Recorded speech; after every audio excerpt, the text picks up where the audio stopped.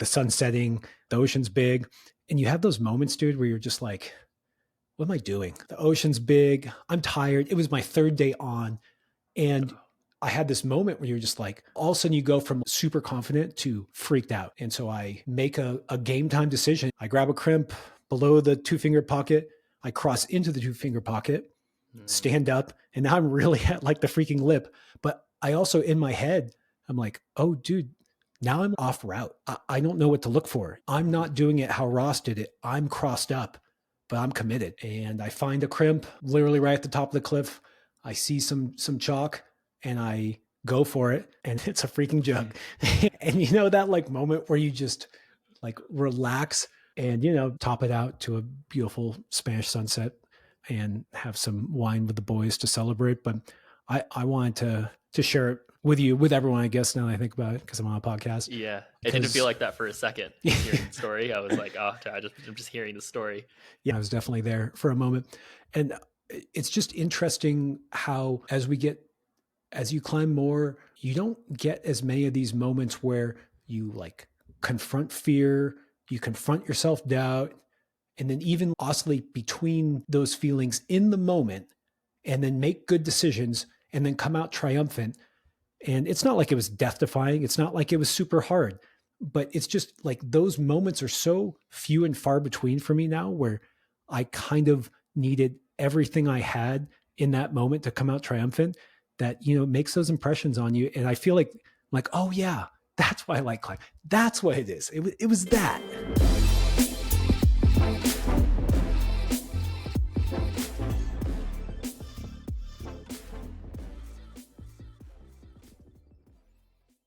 Tim, my dude, welcome back. How are you doing? I'm here. I'm great. Tim, it's so good to see you. For those of you who are relatively new listeners, you maybe don't recognize the significance of me saying Tim, my dude, instead of just saying your name, Timothy Kang. Hi, Tim. Tim and I used to always do this podcast together, but at some point, Tim was unable to devote the time it takes to do on a weekly basis. So now he just kind of comes on when he feels like it. I don't know, whenever I can convince him to. But if you just tuned in, Tim is more than just a guest on here. He is an integral part of the Testpiece origin story. And so welcome back, Tim. That's a nice re-intro, but yeah, thanks for having me. I still get recognized quite often solely based on the Testpiece podcast. And I'm like, I'm not really a part of that deal anymore, but it's a proud association. So what do you mean by recognized? To get like, do people just hear your voice? Do they I don't even know what people see. They just know me. They just know. They're like, I just went to to Chattanooga for like a quick weekend a couple weeks ago, and for whatever reason, also the last time I went to the South, I think I got recognized more in the South than anywhere else. So if you're listening from the South, shout out. You guys are real climbing supporters. Oh, I love Chattanooga. Okay, I'm going to ask you more about that once I'm done with your intro, because I just want to make sure that, you know, if people haven't, I mean, Tim, there's a lot of new listeners since you and me were doing it. And so I just want people to know how badass you are, Tim. You are a professional, you're a professional climber. You're also a coach. You've competed in World Cups. You've climbed 14D. You've bouldered V14, flashed V12. You've climbed a couple of high balls. You starred in that film Focus, where you climbed 5 of Bishop's tallest, most iconic high ball test pieces. It was insane, but you're here. You're still alive. And I also just want to say that if you're listening to this podcast and you like the vibe Tim and I have, which I sure do, Tim, then you can go back and listen to the dozens and dozens of episodes we've done in the past where we just dive into all sorts of climbing minutia, just everything. And yeah, I mean, that's because you're a coach. And so I get to pick your brain about that stuff. And I also just wanted to shout out one of those athletes that you work with, Vail Everett, who recently won bouldering nationals. Congrats, Vail. Congrats, Tim. Yeah. That was all you, right? All me, man. All me. I also don't work with Vail anymore. We stopped working together as of this year. And I actually felt like that was a major part of his success. Very interesting. But that's usually what I tell people. Like, I think we worked together for probably like 2 years. I actually known Vail for a really long time. Yeah, congrats. Vale is, I mean, for me, it's still like really spectacular to, see it and like really. And for me, my perspective is like I watch climbing from, the perspective of a climbing lover, a coach, an analyst, who, whatever, all of the perspectives. But it's cool to see somebody that I know like where he's come from and like what he wanted to do, and he's super super super competitive. He's really driven. He works super hard. That kid has got a long good career ahead of him. So yeah, it's just cool to. I also got to just go to Salt Lake the previous couple years. He was just smashing in youth. He's still like kind of just coming out of youth. This is his first year in college. So lots of life changes for him. And I mean, I think him and I will probably work together in the future for more like kind of one-off coaching things. Like I think especially with my timeline in life, like I absolutely still love coaching. I want to coach for the rest of my life, but coaching takes a ton of time and a ton of invested energy. But you can do like clinics, training camp type stuff, and honestly, we found the most value there. So him and I will probably work together in the future. But currently, I cannot take. I can't say I take credit for any of that. I never want to be associated in that way. I just offer my perspectives, and I think he got some value out of it. But he works with a lot of other people. Okay, I just want to be very clear that when I said that, it was more of an inside joke between Tim and I, where it's you see this on the internet sometime where coaches almost like take credit for the athletes that they work with and their success. And we all know that I mean, Tim, of course you helped, and, Vale was helped by a million people along the way, but it's still his win. And so, yeah, I just wanted to be very Totally. clear that that's not the sentiment that you would ever put out there. So just joking, Tim. Yeah. No. Yeah. Good clarification. Mhm. Well, Tim, what have you been up to? I think maybe, again, for new listeners, just kind of saying that the context of when I ask what you've been up to, I know that you're working more. I know that you had a severe injury. It's been a while, but it was a severe injury, and just kind of bring us up to speed with what's going on with you right now. Yeah, I don't actually know what the update was last time we chat, because I think we chat last after the Olympics. So that was like what, end of the summer, like late end of the summer, so a couple months ago. But yeah, I work a full time job now. I climb honestly more than I have at all this entire year. Yeah, I tore my LCL, and I had a really interesting career arc trajectory the last couple of years. I felt like I was improving at climbing a ton, and took any opportunity that I could, that I wanted to. And then yeah, a bunch of life changes. I moved to Vegas with a girl. I'm not with that girl anymore. Bought a house together. I don't live in that house anymore. I work a full-time job. And I tore my LCL in December. Didn't really climb much at all until like May of this year. That wasn't necessarily because of the injury. I'm sure some of you can relate. It just hurt the stoke a ton, and I had to learn through just like what was going on through life to kind of get to a place where I almost had to look ahead far enough to, this would be some of the stuff that we talk about today, or that I want to share today. But I almost had to look ahead enough to be like, well, do I want that at the end of what I wanted? And that started to kind of remind me of how I can, I was just reacting to what I felt in most of this year. And I guess when I got the job, I had a different assessment of my life and what I wanted. I'm 25 years old. So it felt like a good time to just like reassess and be like, all right, I've got plenty of time in the coming years to really capitalize on, the really good years of my life. It doesn't have to be easy. It can be hard. I could struggle and grind through it. And all that being said, going into like, I guess, regular life perspective that way, climbing became a total treat. And luckily, climbing is primarily, my opinion, our opinion, stuff we've talked about a lot, is primarily a skill-based sport. And skills, honestly, I think it's very hard to lose, like once you really work at it and you keep going for it. So it was kind of interesting. I come back and like climb really hard things, but then like feel really weak in certain quote unquote easier things, but then I would like be able to do harder things. And that's, yeah, good foreshadowing for just what I'd love to talk about in this podcast is you still are technically a professional climber, and the future is still bright for you because, like you said, you came back and you've just been crushing despite being kind of a weekend warrior, Tim. Like, you work a full-time job. You're kind of more like you're more like me now than when we were doing episodes a long time ago. And, hearing about the progress you've seen, the success you've seen, the changes that's had on your mentality when you've gone from being a professional where literally it was your job to show up and do better every day. And now you're still excelling, but with less time. And how does that change your view on climbing and what it means to have mastery? So we can get into that. Before we do you want to touch on some of the climbing media you've seen? We used to do that in our episodes. It's like, what's going on in the climbing world?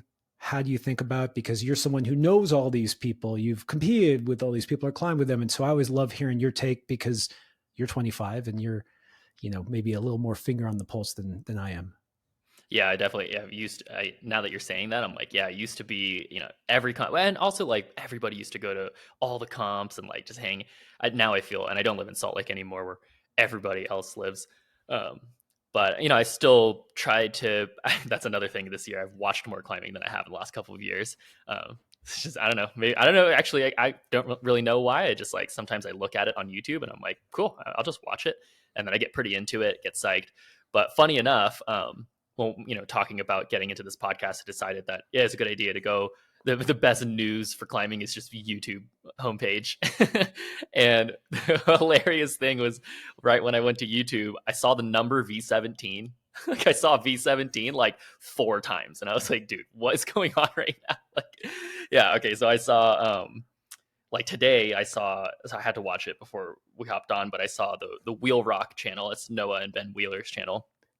Total grungy vlog style. Those guys are hilarious. But they're actually picking up a lot of popularity. A lot of people just know them now. Extremely strong climbers. They're a bit younger than me, but very, very, very strong. And they were working Defying Gravity Sit. Nathaniel and Adam Shahar won that video. I saw there was a struggle climbing short bit on if Adam Ondra, there was a long time ago, I think 8 years ago, it was Terra Nova, was a V16 that Adam Ondra had done in his home crag. And the little bit was basically about, Will Bosey has been trying it and he's had a significant amount of sessions on it. And the debate was basically, did the first V17 actually get done 8 years ago? So that's just kind of interesting to go into. Pete Whitaker, crack wide boys guy, crack climber, made a 20-something minute long video on him trying Barefoot Charles's V17 crack roof. What am I missing? Spots of Time, Will Bosey's other V17, like just like V17, Sean V17. Bailey, Sean Bailey. Right. That's the main one because it's like literally was just there like, a couple days ago and going on Saturday. Not to try Shaolin, I'm trying Trieste. But I've tried Shaolin a little bit. And yeah, why don't we start there? Shaolin is just pretty cool news. I think it's hilarious that you can just click on YouTube and there's literally 4 videos on the homepage about V17. First of all, it definitely says the algorithm knows you, dude. It knows you well. Yeah, for sure. I was just talking to a buddy of mine and he made some comment. He was like, am I the only one who thinks all these V17s are just V16s? And this comes from a guy who I think he climbs like V12. And I'm like, first of all, you don't know what you're talking about. Second of all, I bet you these are V17s, or at least, these guys aren't just throwing out the numbers randomly. And the fact that we're seeing so many, yeah, I mean, we can go big macro picture and talk about V17, or we can just go straight to Shaolin. And you said you were trying Trieste, which is a V14 just to the left of it. And Shaolin's the V17 right next to that. And that's cool that you tried them both. Yeah. So yeah, you're right. Let's start with Shaolin. Just watch that video myself. Yeah. I mean, let's start with Shaolin, but I definitely want to, when going into like thinking about the news, I had, and just lately climbing like some new boulders and, thinking about grades, hearing this discussion that, Ondra and like Will Bosey were having separately, I think I have a ton of opinions about grades. I think a lot of people who I also haven't climbed a V17, but I'm, happily will share my opinion, of course, Josh, you know that. But I think people have a point. To be fair, I think people have a huge point in saying that, yeah, why are things going up so quick? The same exact debate was had when V16 was coming out all the time, right? So I think there's a point there. I'm not going to go ahead and say that I totally agree with the, um, the doubt. I don't necessarily. I have skepticism in any sense until I get, kind of my observation on things. But and I have, for sure am immediately skeptical on like anything. It's not just about climbing grades or like pushing it, but I will share some of my perspectives and my opinions that hopefully will, highlight why maybe some doubt is totally justified. Um, and but yeah, Shaolin. Uh, Shaolin was actually done a while ago. I got to watch. I forgot whose camera I watched it on, but I got to watch the uncut of Shaolin a long time ago. We had known about this project for a while on the Trieste boulder. It happened almost. It seemed like from the moment it was a project to when it actually got sent, it had felt like it was very quick. I wonder if like Sean Bailey's kind of career changed from like comp climbing more to like outdoor climbing. It just like, maybe he always was just, I had a feeling that he was always just very, very good at rock climbing and would just like, you just need the time to go out and like find those things. It's also another interesting thing is that there's probably more people who can send these V17s or more other ones out there. There's probably just a lot of them aren't climbing them, right? Like a lot of them are competing is some half of climbing is like mainstream comps or going outdoors to do hard rigs, right? Anyway, Shaolin is freaking cool, dude. It's a very, very cool climb. It's very impressive. Uh, I have the luxury of I live in Las Vegas, and I have two V17s I can go and assess and look at. And I think is it the only city state like in the world that has two V17s currently? Prob does Switzerland have two of them? Is There's Alphane? Alphane. Oh, Where's what Spots about of that? Time? Is Spots of Time? Oh, Spots of Time is in Is that in the England, UK? or yeah, it's in the Yeah. UK. But Okay. what's that other one Aiden did? Like birds, something about birds. Um, Oh, I yeah, it's don't some super know. thin. I haven't really. Maybe I watched the video of it. There's another V17. I believe it's Okay. in Switzerland, but Switzerland's a big place. I don't know if we can just say Yeah. that Las Vegas is a small place. You could go to both V17s there in a day. In an hour or so or less. But yeah, so they're very different styles. I think we don't see too many V17s that are like shorter problems. The Shaolin's really interesting because basically it's really tricky. Like actually, when you go and look at it, it's very hard to read the movement. It's very position dependent until you get to the jumps. The bottom, honestly, it looks very hard, and then they say it's like V13 to get set up into the jumps, and it's really hard to see that until you like know what they're doing, and then you're like, okay, maybe it's especially because Trieste is right next to it, and that's a V14. You're like, okay, I see. It's very hard, but like still easier than Trieste. Very condition dependent. The rock, even though it's on the exact same face of the boulder, is totally different. Like completely different feeling of rock. The Shaolin rock is super smooth. So it's very untextured. It needs to be very cold. You got to have good skin for it. Um, and but yeah, it's kind of power endurance and then kind of an execution boulder. And I say it's very hard to read like relative to like Return of the Sleepwalker. You can go to Return of the Sleepwalker, especially because I've seen so many times people like just running through the moves. And Sleepwalker significance is that you're climbing into like the Sleepwalker crux is very it's very execution dependent. I guess that they have that similarity, but way easier to see the movement and like sequence it. Or Shaolin is like the holds just don't make any sense, and then you get to the jump and you're like, okay, it's like 159 basically, bigger than that, but it's just two big jumps. I'm curious about the rock quality. Will it ever break, or is it? Do you think like that rock is really good? Because Oh, it's just. I hope it. I, I'm hoping it doesn't. have you been to Trieste? No, I haven't. So Trieste is really interesting, where I think like the Trieste has been around for a really long time. Super classic boulder. Trieste Sit got put up after Trieste. It starts on this like really obvious ledge, but I would argue that Paul Robinson, who put up Trieste, didn't start it from there because it's really chossy of a ledge. The ledge is the same start as Shaolin. You just go right. Um, any of the rock underneath all of like, and Red Rocks is kind of just like this. It's not my favorite, but like it could feel pretty chossy in like certain ways, and then otherwise the stuff is bullet. Um, but there's some holds on there that would like never be able to break. And then there's certain holds on there that are like, I don't know how this is like on there that way, if you know what I'm talking about. There's two holds that I could see breaking, like actually, but the way that you would climb it, it would be hard to like pull on them or like step on them in a way to break them. But there is the honestly just a start bit. There's like the start. I don't think the start hold would ever break, but you cross to this pinch. I don't think that pinch would ever break too, but like the stuff chips around it is kind of my point. All the feet down there are like kind of flaky. There's like edges. It would never make the problem, in my opinion. It would That's type of breaking would never make the problem like impossible, but it's definitely poor quality rock. And then you cross through this pinch and then you cross through this crimp. This crimp is just like a dimple in the rock, so that's why it would never break. This Gaston is like just a feature, so it would also never break. And then you bump to this crimp, and this is where you start to transition over to the jump section. But that crimp is a bunch of little layers in the rock. I wish I could show you a picture, but it's like it's in this corner and there's like a bunch of little layer crimps. It's a sick hold. It's actually not a very bad hold, but the position that you're in, you're like, Gaston's way above your shoulder, your feet are way over to your left, and like the crux to me of that section before the jumps felt like actually like the whole bottom part was either sticking that move or like walking your feet out. It actually felt really, really hard to me. But that crimp is pretty interesting. It feels like it could, like, even from the ground, you just look at it and you're like, doesn't look very good.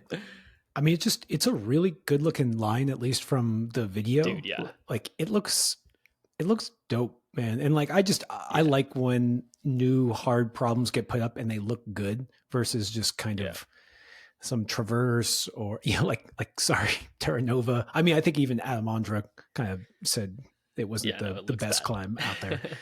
And so just, it's nice when something new gets put up and it's badass. Like Sean, right before Shaolin did Devolution, and that's dope. Although let's not talk about rock quality over there. Okay. So he says it's V13 and then it's these two jumps.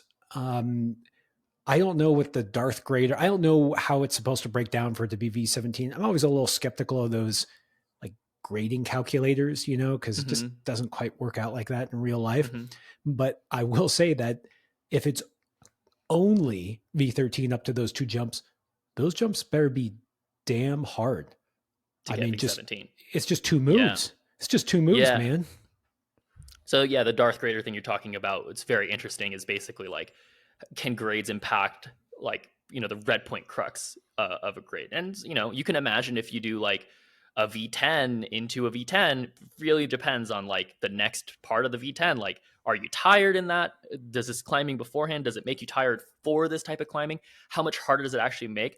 I think we're really far away from climbing, calculation to be able to, even with the grading system that we have. And like, I think the grading system needs to change. Before we go into any grade conversation, I'll just tell you that I think the grading system just should be changed in some way. No, I don't have a solution for it. I think the conversation should start where like, because of this, it's very, very difficult to like incorporate. Now I do think that we can talk about a very high level of difficulty. I think we could talk about, extremes in certain styles, and that's really interesting. But you see how just calling it V17, like there's a huge issue with that, right? Because then the stuff we're talking about right now is honestly the more interesting thing. It's what more people care about, I think. YouTube is showing us that all people care about is the number V17, but real climbers care about like, what's the breakdown? Like, what is that problem? Like, if I were to work up to it, what would I need to be good at? And like, how strong would I have to be? But to answer your question for Shaolin specifically, I think what's really interesting is that these jumps. So I've had a couple of conversations about this climb with some people who've tried it, people who've done the moves. Kai Whaley is also like seshing it now. That was one of the V17 videos I watched, which is Kai he posted his last two videos are trying Return of the Sleepwalker V17, trying Shaolin V17. It's like, damn, dude, that's like nuts. But yeah, this one's kind of interesting. Like, I think the hardest. Okay, just talking about climbs, boulders that are like in a similar style. You're looking at Defying Gravity and like Lucid Dreaming, right? Like really pure, just like you're looking at just two really hard moves, right? Well, Shaolin has some climbing into it, so that's even harder. And I think that's why they're giving it such a harder grade. If you did any climbing into Lucid Dreaming, it would be so much harder, right? Like, just to imagine standing into this pinch and then doing that jump, you got to be kind of perfect to do those, no matter how strong you are. But for Shaolin, the thing that's interesting that I see is it's two things. And Sean goes over this first thing in the video. He kind of talks about it and hints about it, but these holds are kind of slopey. And especially on sandstone, I feel like how far away from the wall you swing out is like really impactful to how you can stick this movement. When you're more tired, I would say when you go for dynamic movements, you may not be able to control as much the swing in and out, depending on what kind of tired you are, depending on your strengths and weaknesses, depending on your fitness for sure. But I would say in general, if there's a really sensitive jump where you can't just like stick a hold and like fight it. If you watch Defying Gravity, if you go watch the Wheel Rock video with them trying, they're all trying different beta. There's a huge amount of subtlety to how they're all Adam, Noah, and Nathaniel when they do this. The first move on the, it's weird calling Defying Gravity the sand start, but you know when you're watching them try like the actual Defying Gravity line, because now there's a sit start into it. But when you're watching them do this first move on Defying Gravity, which is the crux, which is, you know, they ask it in the video, like, is this the hardest move you ever done? Actually, Adam says no. Maybe it was in the Board Lords video, but outdoors, yes.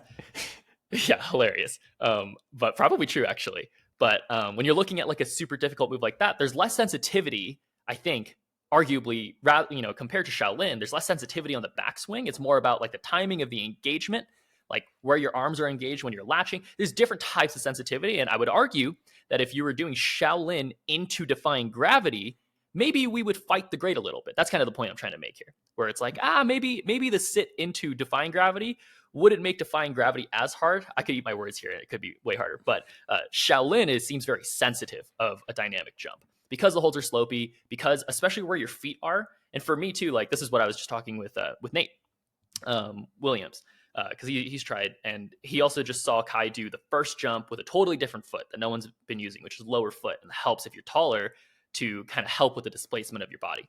But I just looking at the wall, and like last time I was there, I didn't really try it much, but I was like, if I have to use my feet really scrunchy and then jump, my feet feel like they would explode backwards and it would just swing me out. And so, you know, all that being said, I think Shaolin is harder than it seems. I think watching Sean Bailey, Sean tends to make those types of moves look really easy.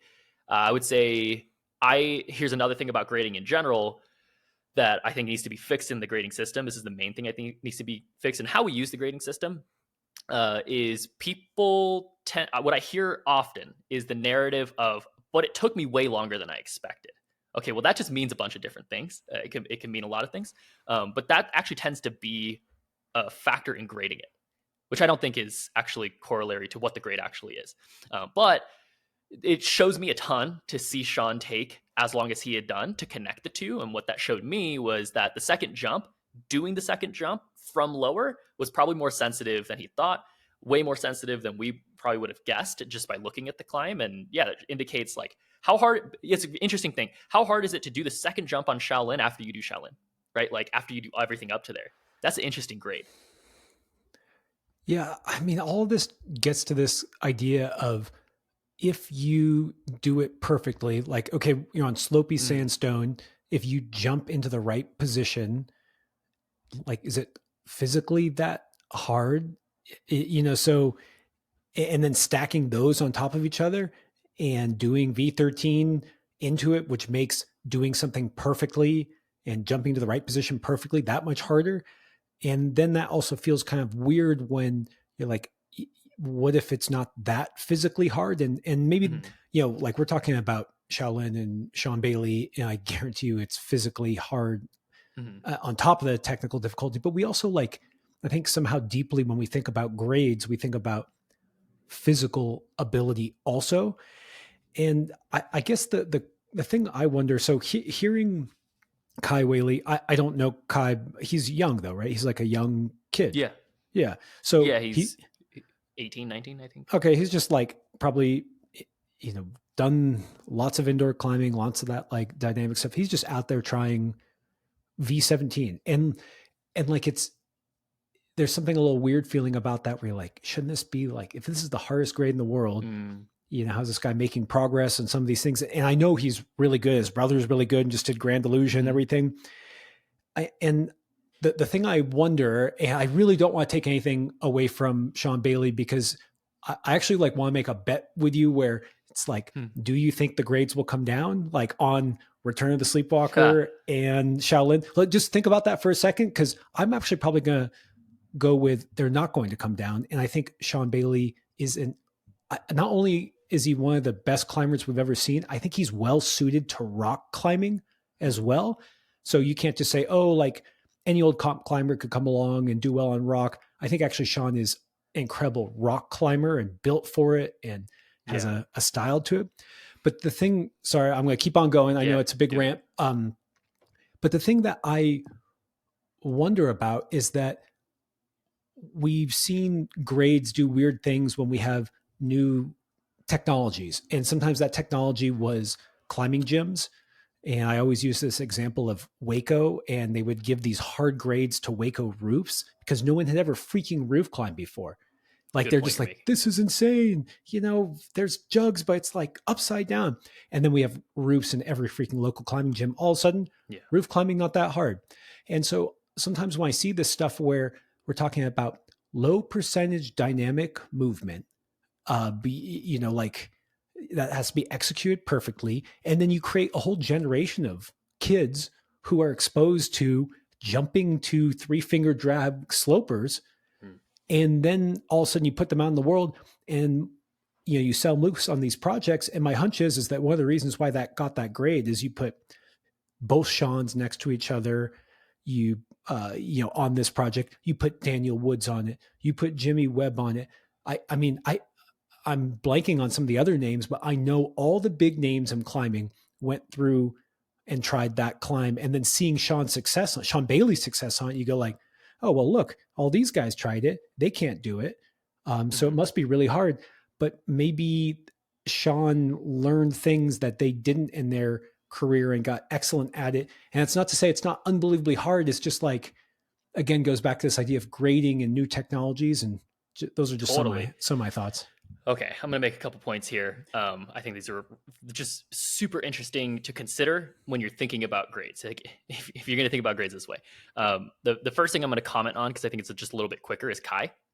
So one thing that's interesting about Kai, even though he's in the younger generation, he's not. I wouldn't say he's like the typical younger generation climber. And what I mean by that is he definitely doesn't seem, he competes because it's just like what you do when you're young.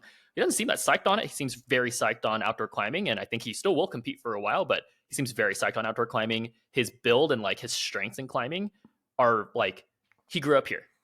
Is going to be a major point that I make. It's going to be a very similar point that I make to what Adam Andra was saying about Terra Nova. It's like, so what do you learn like when you actually just climb on Red Rock for your whole life? You're going to learn subtleties to how you're supposed to move on this rock way more than anybody else would if they just come here for the first time. We should pay attention to like those types of lessons. I think we should pay attention a little bit to like, oh man, like, so you're asking another point about like, would these climbs get downgraded? And the second thing you had brought up was like, if somebody, let's just say, if somebody like Kai had done Shaolin really quickly, let's say, does that automatically warrant a downgrade? No, it warrants a conversation. So I think what warrants a downgrade and what warrants a grade to even be there are very interesting points. And people should think through that. Like, why does a climb get a grade? For me, it's very interesting. Consensus isn't even a fair thing to say because how many people are actually trying those things? And they're all completely different styles of climbers. And we already know also that you can't control everything in outdoor climbing, right? So you can have somebody who's capable, like Nale spent like, 70 sessions on Burden of Dreams?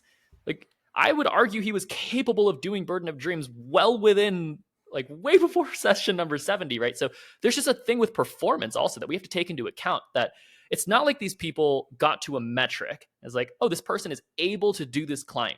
No, they did the climb in a specific day on a specific minute, right? And like that just happened. I would argue that most of these people who are doing these climbs were able to do these climbs a longer time ago, and they should pay attention to that whole experience rather than how did it feel right when you had done it? Because that feeling is totally dependent on a bunch of different things.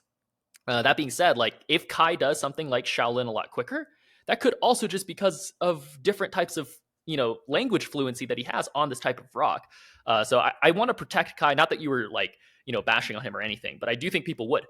To be fair, and I want to protect Kai a little bit because I also have my skepticism on Shaolin. I would say that before I went and before I watched the whole video, before I tried it myself, I had the same skepticism. I was like, it can't be V17.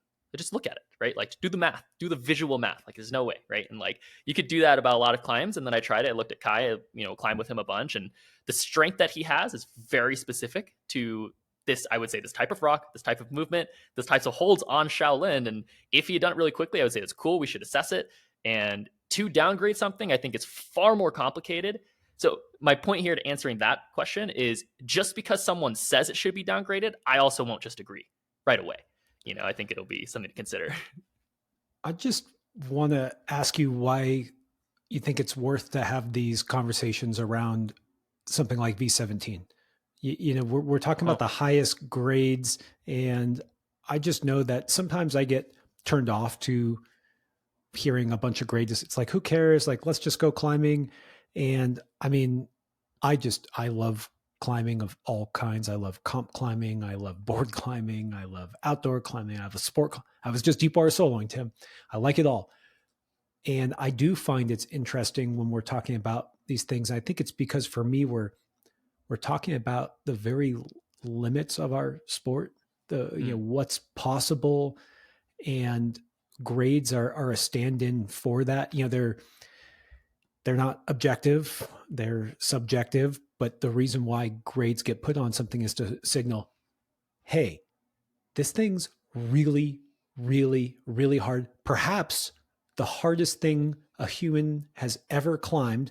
Now, that may be a subjective thing to say because it's just been one or two people, but like let's recognize that this is the limits that we've seen thus far of human performance. And to me, that's where I get some interest around whether something is deserves the top grade. And in some ways, this is a very new grade for us, right? mhm. I'm not as interested in hearing someone say like this V8 is actually V7 or is actually V9. It's just like, okay, like I'll hear you out. Sure, we can talk about it. But I think for me, it holds a little bit different place in my heart and in my climbing nerd brain when we're talking about the hardest grade ever given to something.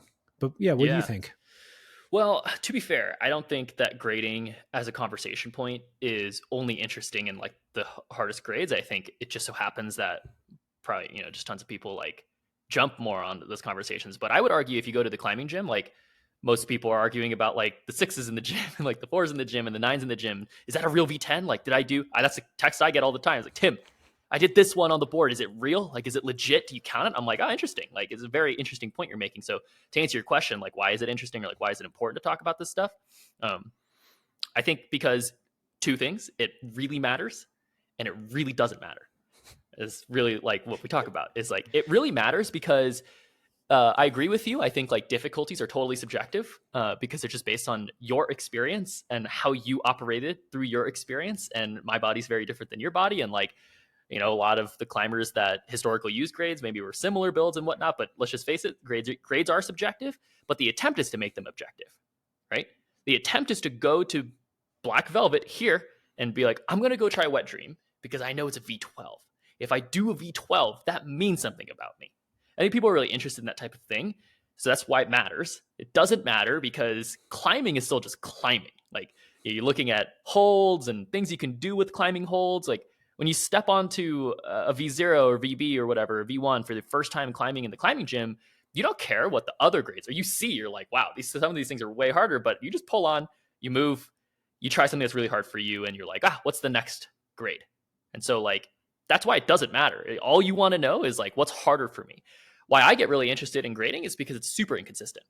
I think like all I care about is the experience of rock climbing, like or whatever type of climbing, honestly, climbing trees, climbing buildings. Like I don't care. I just want to know like if I'm going to spend the time to go outdoors or compete or like go to the gym, I just want to hope sometimes, again, sometimes not as part of our conversation with my personal life, but like if I want to have the opportunity to, I want to be able to say I'm progressing towards something that is making me better at it. And my argument here, on top of the answer, is that I don't think people actually care about grades that much. I think people just care about getting better at climbing and tracking that. And that's why I think the grading system should change, because the grading system really should be something that you can track for yourself. And grades just tend not to be like that. That's why we have those conversations. That's why we're like, oh, but we have to check this. And like, what if this gets down? It's like, that's why we can have this conversation. But anyway, that's just some of my thoughts there.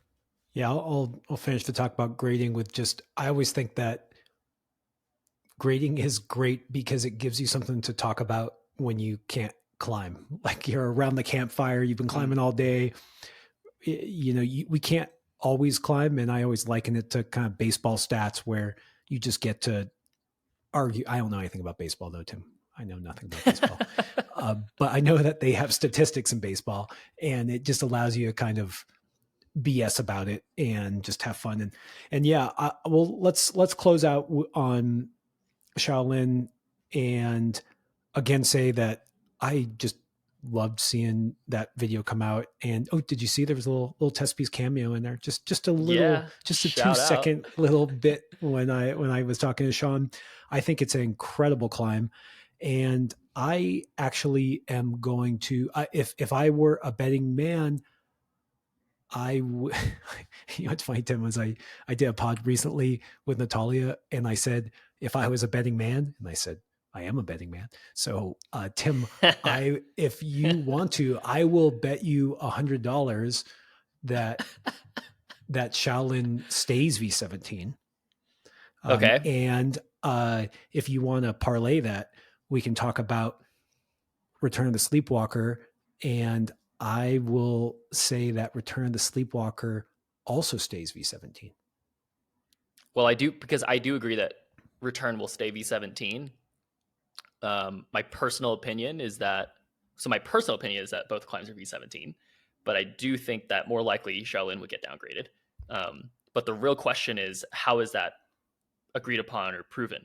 Like, at what point will you say that, okay, yeah, it was downgraded? I think that someone has to, whoever. Does Sean have to concede it? Ooh, I think that. Okay, I'm just going to put this out into the ether.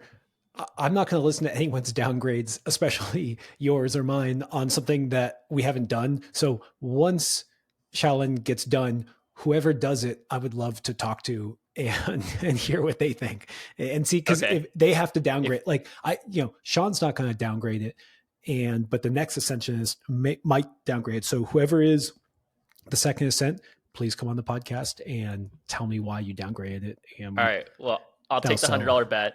The next person who does Shaolin, whatever grade they give it. If they're calling it 16, then I win. Okay. Okay.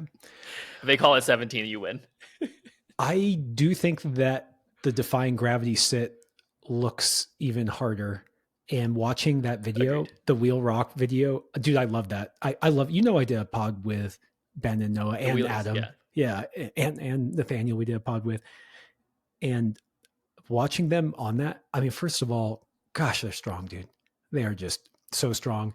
And I love that video. I love the kind of old school vlog style. I'm glad that they have a whole following, and I'd like to see that project go down. I was like messaging Yeah. with them. I was like, stay out there, keep going, like get that thing Yeah. done. Yeah. Dude, Nathaniel looked very good on it towards the end of that video. Like, especially the way that he does it. It's funny because the video looked kind of like Nathaniel was kind of barely putting in like meaningful effort, and then also all of a sudden just like cleanly sticks the move. But I already knew, I was like, oh, I think you're taking a while to like really commit to this sequence until it feels right, because it seems very precise. But I also just gotta say, I love watching Nathaniel climb. Like, it's been, I feel like, a minute since I've seen him like try really hard, and that was super refreshing. And to see it, like, and even ending that video with like, yeah, that guy's a freak, that guy's a freak. It's like everyone's just a freak nowadays. And I was like, yeah, but that's super cool because you're hanging, right? So like, if you're saying that you're not a freak, then like, what are you good at? Is going to be a point that I make here, because I do want to talk a little bit about Terra Nova, and Andre's comment a little bit. I think there's a little bit of like, I think there's going to be a little bit of fire in the climate community. What was about on grades. set that up, that context a little bit for me too, because I didn't watch that comparison Okay, video of Andra and Bozy. So basically the debate is like, did Andre already do the world's first V17 when he did Terra Nova? And he very confidently, like when he's being interviewed, is like, no, it's for sure V16. But I will say that it's my home crag. The home crag itself, all of the other boulders, even the easier thing, the easier grades are all weird. Like, there's weirdness to all of it. I'm like, so we know what he's saying with the weirdness, like you can, when I went to like Chattanooga or Horsepens for the first time, people were like, oh, Tim, like, don't be surprised if you're not flashing V10. Like, it's hard. What are they saying there? It's like, well, to get to that physical difficulty of the grade, it takes a lot of nuance, takes a lot of paying attention, the skill development, the skill application, the confidence behind it. There's a lot of layers to making something difficult, right? The reason why I bring it up and like interrupted the conversation on Defying Gravity is because Defying Gravity seems like a climb where even the sit seems like maybe the focus, and maybe why it looks and probably does feel a lot harder, is maybe because, and I'm careful with my language here, but maybe because it requires less of a weirdness skill, especially one that more people can find a lot quicker than that, right? Like, if you go to Terra Nova, this is what Adam's I think his protection is. He's like, no, I'm not going to upgrade the climb just because the best boulder in the world currently is going and having a struggle bus on it. That's essentially what he's saying, in my opinion. And like, so what is he trying to say back? The interview goes back and forth between like the struggle climbing guy. I don't actually know his name, but talking to Will, and then another conversation with him talking to Andra. And they're just going back and forth in like separate conversations. And he's also asking Will Bosey straight up, like, do you think that should go up to V17? And he's alluding to, yes, he's saying he upgraded the stand start of Nova, or the stand start of Terra Nova called Nova. He upgraded it from V14 to 15. It's like, I don't know if that's a totally appropriate. To me, my opinion is that I don't think that's totally appropriate. Here's another point that I'm going to bring up. Pete Whitaker goes and does a 23-minute video on Barefoot Charles's 9A. I don't know if you've seen this video of Charles doing. You gotta watch this video, dude. It's absurd. It's like the world's longest upside down crack boulder. But Barefoot Charles, man, he's barefoot. He's a boulder. He's not a crack climber. What is he doing on a V17 crack? I will say that is the exact speculation I had, or skepticism that I had right when I clicked that video. I was like, what's this guy talking about? He's a crack boulder, right? And then I watched it and I was like, this looks super hard. And then actually somebody else told me that. I was like, did you see Pete like do a video on this Charles's 9A? I actually don't even know what the name of the climb is, but basically the video is him 2 days on it, just 2 sessions. And I don't know, Pete's like a really casual seeming guy. Like, I think if Pete had provided more deep insights, maybe we would get a lot more, because they didn't really talk about like the difficulty breakdown very much, other than saying like the bottoms of business is like more face holds. But then he like, dude, you should watch this video. Anyone I feel like what I'm getting to is that climbing just has very different styles, very different language, very different understandings of like given texture, given positions, given the flexibility requirements, given all these different requirements. I would say the language that you learn to be able to move the best way on any sort of holds or friction, or even a style of movement that you're doing. Like you're talking about like fast movement or slow movement, even crack movement. This guy, Pete, he even talks about it. He puts his climbing shoes on, puts on knee pads, puts on tape in his hands. Barefoot Charles is barefoot. There's no knee pads. Like, it's super interesting climb. I will say though, Pete on the second day was able to climb from like basically more than the second half of the boulder, the entire thing. Like, and it looked savage, but he was also able to do every single move very quickly. And I would say Pete Whitaker, I would never have guessed, was a V17 boulderer. Not even close. Okay.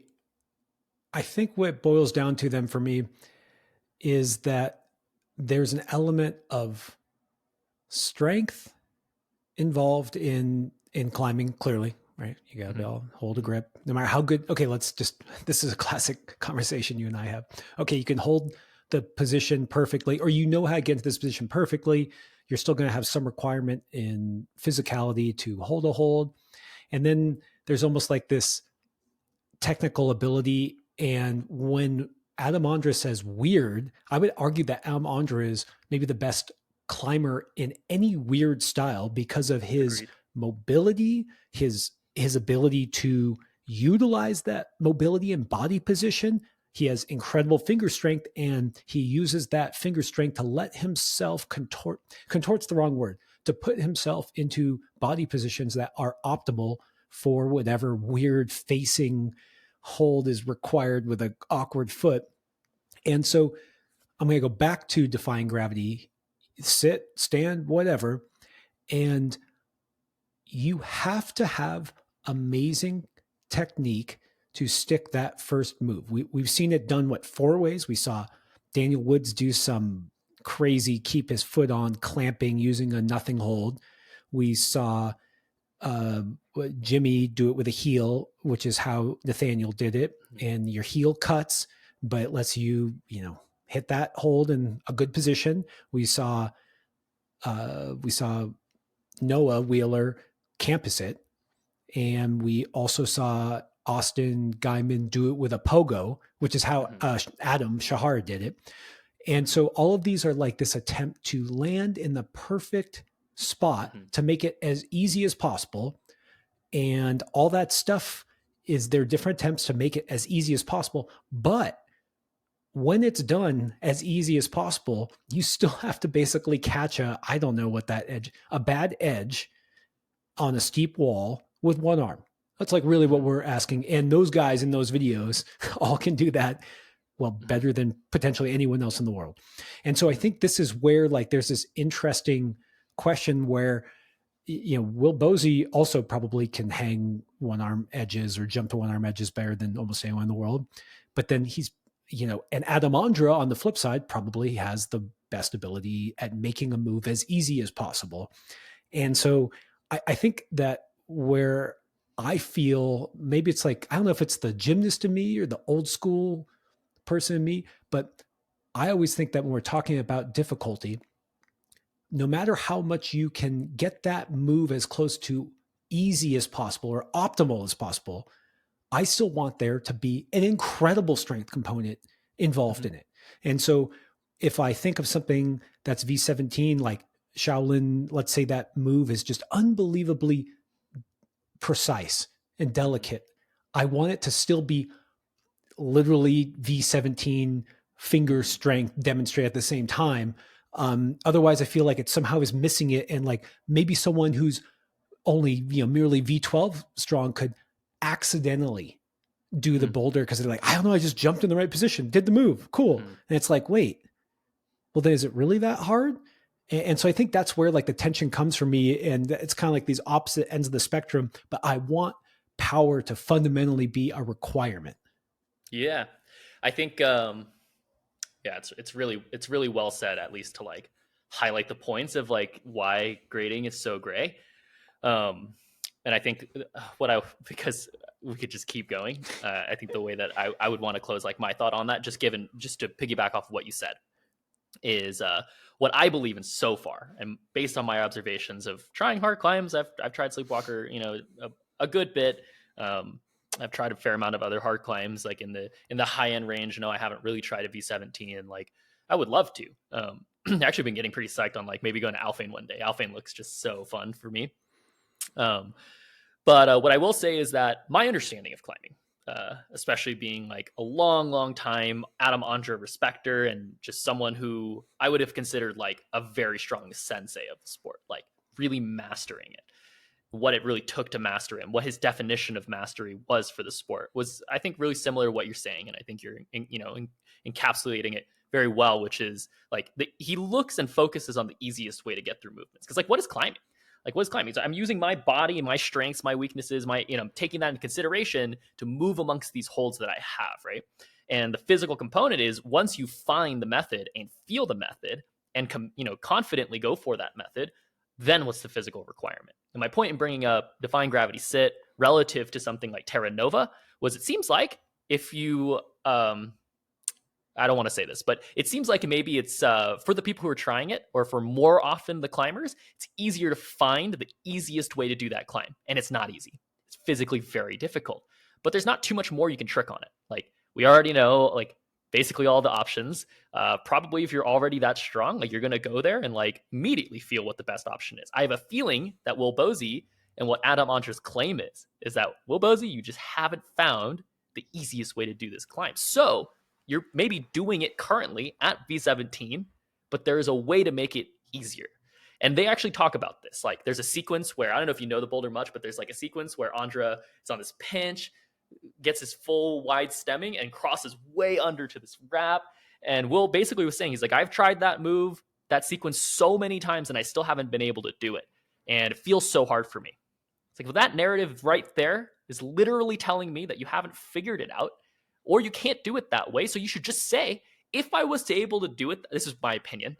If I was able to do it that way, I could see it at 16, but I maybe can't do it that way physically.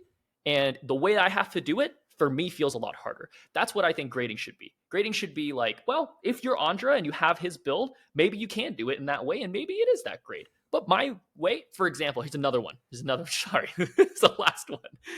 Sleepwalker, if you do it at my height or taller, you do a completely different sequence than if you're doing it at like 5'7" or shorter. I'm 5'11" with a +1. And I would say if you're a little bit shorter than me, you could for sure do the sequence where you got these underclings, yada, yada. You get to the intermediate, and the real, meat of Sleepwalker is bumping to this sloper and then bumping to this like pretty good crimp. It's objectively just a very, I don't actually know the size of the crimp, but in cut, very in cut. It's pretty comfortable crimp too, and it feels like you're like really digging into like a 15 mil in cut edge. I'm gonna get totally just destroyed for saying that number, Sounds but good. feels it's a shockingly good. And the texture is actually good. Texture is huge, man. I was just telling you, Shaolin shocked me because it was smooth, and I was like, imagine doing these moves. It's smooth rock, like you just slick off everything. Sleepwalker, grippiest sandstone I've felt. Like that sloper and the crimp is so good. Well, imagine if I can just do all of these moves from the same left hand, but then Ryuichi, Zach Gala, they had to bump to that, bump into another undercling, which in my opinion is the worst hold on Sleepwalker, in a way harder position, move your feet, and then bump to the crimp like that. It's just a completely different problem. But if you are shorter, typically you're blessed with a bit better like strength to weight ratio. I'm just okay. Actually, I don't want to go down this path, but what I do want to say is that I had my whole rant about power still being like some necessary thing, and I just I want to play devil's advocate to myself, because now that I heard myself say that, I want to just say something opposite. Here's how I would argue against myself: is I think I probably overemphasize my I just love power for a whole host of reasons. I think everyone loves power. I think they do. But so fun. One of the reasons I think we love power is that it takes a long time to develop. It's not something that you're just born with. There's something about like this iterated process of getting just a little bit stronger and stacking it on and on and on and on. And in some ways it takes a lifetime or a career, or at least a very long time. And so that's why I was arguing perhaps that like it has to be a necessary component of the grade consideration. So even if you do it the quote unquote easiest way, I still want there to be a V17 physical difficulty if you're going to put a V17 grade on. The opposite, or the argument against that, is that Adam Ondra probably, I do think he maybe one of the best climbers I've ever lived, or maybe the best climber who's ever lived, in the sense that, well, we just talked about his ability to climb weird things. He can get his body, he makes moves easy. And just like you're saying, that really is the first thing you do in climbing. How do I make this move as easy as possible? Okay, now do I have the requisite strength to do the move? And what I would argue against myself is that what Adam Ondra does takes a lifetime to develop too. It is the showcase of really understanding how climbing works, understanding how your body can work, and then achieving those positions, which takes an element of physicality as well. And so, this is just me arguing against myself, where it's like Adam Ondra, it's taken, one of the reasons why Adam Ondra is so good is because he has probably climbed more than anyone else his age. Like his history of on-sighting from the time he was 11, from the time he was 7, he climbs a lot and he pays attention and he's smart and he has developed that awareness. I was going to jump in and say, I think there's one thing to do something for a long. You've said this before. There's one thing to do something, is another thing to intentionally do something. I would just say that Ondra is the most intentional climber so far that's lived as long as he has, and has done it in a very obviously intentional way for such a long time. I'm going to make an argument here. This should be a general statement. I don't actually think power and strength are that hard. I think difficulty is really interesting to assess, but this is, I think I could, Ondra can come on here and argue with me, but I think this is kind of his claim, is that I think he thinks that strength is maybe not the hardest component to gain in climbing. I think what's hard is gaining technique and skill, and relying on that. I'll ask this: how many more climbers are towards the Dave Graham, Ondra, Juliana Cameroni type climber, and how many more climbers are on the other end of the spectrum, more strong? And way more people are on this other side. Why? Nowadays, it wasn't always like that. I maybe would also argue that point. I would say that it's just obvious. I would say that getting strength seems like a more obvious, straightforward track, even though you can flex that muscle for lifetime for sure. But the argument that I've tried to make on this podcast for a really long time is does that mean you're using it perfectly? Does it mean you're using all of that? Really, what happens if you have too much? Are you going to pay attention to all these lessons? That technique, you have to pay attention to these lessons. I would just argue always that it's super hard to pay attention to these lessons. Josh, this year, in the last 2 or 3 years, I have lost and gained power and strength. So just like the roller coaster is absurd, dude. Like if I just look at all my metrics, I'm never like sitting and measuring all the time. I don't care that much. Obviously, then I would like play with it more. But it's just interesting to look back at and be like, wow, I am a lot weaker and stronger. And my climbing progression is just like steadily going up. It's like, why is that happening? Okay, this is a good segue. You did a great job at segueing it. We have many podcasts about the role of strength, and I would want to poke more on that of whether or not strength is easy to gain. I can really make an argument on both sides of that, but I'm not going to do it here. Okay. As we move into exactly what you're talking about, I just want to close out that our V17 segment. It is crazy that there's so many. I want to give Sean props for sending that. Yeah. I mean, it's a cool line anyways. I also thought it was cool that Mello featured the video, and Sean is also launching a company, maybe in tandem with Miho. I'm not sure. I don't know. I couldn't quite tell Maybe. if that's Yeah. it's a company called Noise, and they sell shirts. And I just thought it was cool that Mello, who they also sell merch, like supported him and displayed that video on the channel. And just, it kind of shows you how, I don't know, just how inclusive they all are on trying to help each other out. And I just wish Sean the best. And who cares? Like, you know, just like you're saying, who cares where the grade settles? I hope that we see just more sick climbs getting put up by Sean, by the Mellow crew, and you know, just thanks for that cool video and giving us fodder to argue about, Tim. Yeah. No. Yes, sir. Yeah, I think it's really cool and smart to use your storytelling and your accomplishments to, if you have a cool brand, like blast it. So go check it out. As I think it was noise.jp. So probably some like Japanese. That's why I also agree. Maybe they're in conjunction with each other. But yeah, seems cool. Thanks for dropping that, dude. You put the link out. The good stuff. Okay, Tim, you were just saying how, due to your tumultuous, I still can't say it, year, you've gone ups and downs in your physical ability, and because you've been a little inconsistent with training, because you're not exactly spending all your time as a professional climber, and you had the injury, but that you feel like your climbing has been on a steady upward trajectory despite that, change in metrics. So what do you mean by a steady upward trajectory? Yeah, I think that's a good clarification. Like when I immediately came back into consistent climbing, maybe 4 months ago at this point. Obviously, the first month was like just getting back into a shape. Like climbing, just I think I had shared, maybe I climbed this whole year like on average once every 2 weeks or so, and every time I would climb, almost all of my fingertips would get bruised. I would develop all this crazy tendonitis in my forearms. It sucked. Like it just actually sucked. And I would say the only reason why I took so long in between each session was because I just looked ahead at the next session. I was like, I just don't want to go through all that stuff. That's horrible logic. It wouldn't happen that way. If I was more consistent, it would be a lot quicker to get to a place where I wasn't going to feel that. But, I was just reacting to it. I was like, dude, that sucked. I don't want to do it. And then I would be like, a week after my previous session, I'd be like, dang, I actually didn't climb for a week. Like, when's the next time I'm going to climb, and just go through this crazy cycle. But like I said, when I started the job, I was like, well, my life just became more consistent in like regular habits. And then I found myself just like going to the gym more often. Been climbing with this guy, Johnny LaValle, who's also like, very psyched. We work together.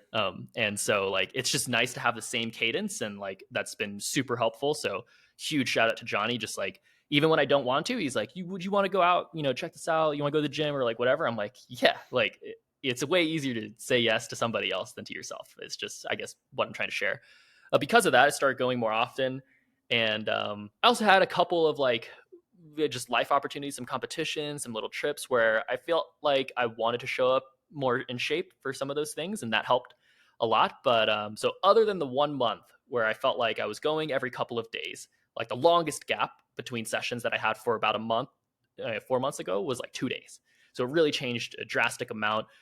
Except just because of my experience of like training and cycles, like I was very careful about like my intensity throughout that. So it's not like every day was the same. I felt like I had the experience to like not hurt myself, but also like actually gain some things out of sessions. Primarily, most of that time was paying attention to the maximum my body could handle in intensity. And through that threshold that I thought I shouldn't pass before I hurt myself, all I was working on was what I understood as fundamental movement techniques and drills in climbing.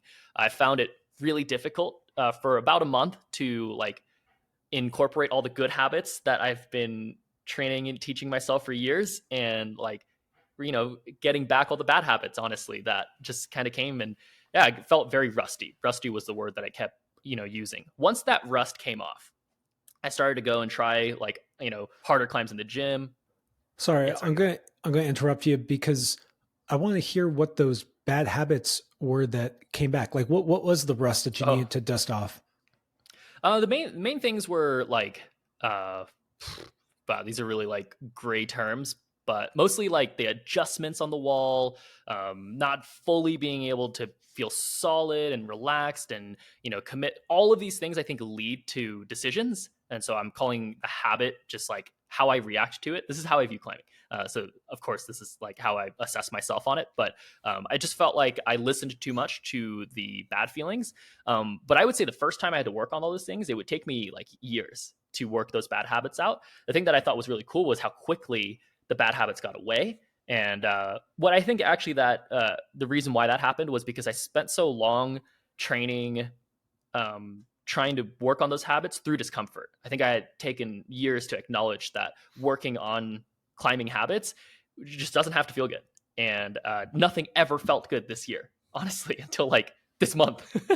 And so because nothing ever felt good, I was like, this is easy. I could just focus on what I could focus on. And yeah, that's like, I think the easiest thing was once I got through a month of like really just going in and feeling it out and being like, okay, these are the bad habits, these are the good habits. Yeah, the biggest bad habits were like over gripping when I really just didn't need to, like adjusting in a way. What we were talking about with all these harder grades, like I wasn't doing things the easiest way. I was doing them a way, just by any means, any way to get up to the top. So I don't think that's always a bad habit. It's actually a good habit that I, tell kind of perfectionist style climbers, where it's like, you should just like get it done, but not if you're like, trying to even teach yourself how to move cleanly sometimes. So it was a lot of back and forth between like trying to move clean, but also just like stick a move or like stick a hold. But like I said, I didn't want to do that because it felt like it was always going to hurt me. Like I always felt like if I had fought through a position, literally my muscles felt like they might tear, actually, because I was still pulling on a hard climbing, like objectively physically hard climbing. But you can imagine if you spend about a year not like doing physical thing. It was crazy, dude. Like I could go many, many months and still be able to do a one arm pull up. But if I did two, I felt like the next 3 days, my arm was just dead. I could for sure grab a crimp as hard as I could, and it would probably metrically like be decent. And then the next week, my finger felt like if I did anything with it, it would just literally break. And so I was dealing with that. And also, I think just because of that, I was just choosing really bad things on the wall. To find security, my definition of security came from a place that I don't think was actually true. It's really the bad habit. When you've taken a bunch of time off and you are able to come back and do well, part of this is this idea of it being a skill sport, and something that description of how your body felt after these sessions made me think of is that there's this ability to recruit that is, it's a skill, and just like you were saying, like metrically, maybe I could still, I don't know, like pull 90% of my weight on a crimp. I don't know, just 90% of the best you've ever pulled on a crimp, but that your tissues were like, whoa, Tim, like you haven't done this. We need to like acclimate again. And, if you needed to do it to save your life, it'll give you 100% of what it's got. But there's something really interesting there that shows how, I mean, honestly, it kind of shows how skill or how strength is a skill too. And that over time you develop just this ability to use your body in a way that kind of never leaves, even when your quote unquote muscle leaves or your, current fitness leaves. Like you kind of still have it. Maybe you don't have all of it, but there's just something really interesting about that I've noticed. Yeah, You're able to come back faster than you think typically. totally. I think the interesting thing that I've been learning, I actually just had a pretty long back and forth like text conversation with a guy I used to coach, and just like someone who's really deeply interested in like all climbing things. And he sent me a picture of him doing this like isolated finger training. And he's like, oh, the numbers going up and stuff. I was like, that's actually pretty cool. Like I would do that. But I told him like something that I learned, especially recently, was that isolated finger strength, I used to just completely avoid. Like I would never really feel like I needed to train fingers. I'm like, I don't know, but I would be that kind of classic, good climber where I was like, I'm good climbing, but and I'm decently strong on the body. My fingers are totally weak. And I always thought that was true. And then, but I would still do like tons of hard, quote unquote harder crimp lines. And I'm like, I'm not, I guess I can crimp. What I've learned lately is, especially on Trieste, being like a V14, but then I go and try like the TB2 and I grab like V7 crimps. I'm like, dang, dude, like I feel way weaker on this. What is going on? And what I'm feeling is just an observation. What I'm feeling is that friction and like the allowance of friction and like what that basically the whole correlation between friction and recruitment ability is, I think that's what I had been training for most of my life, was that when I have friction, what's the best way I can recruit the most on it.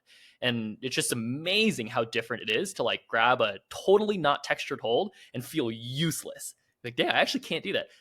That's what shows me my base finger strength. And then when I grab a really textured frictiony hold and I can like usually like do crazy one arm swings on them and stuff, I'm like, that is recruitment, anything up to my base finger strength.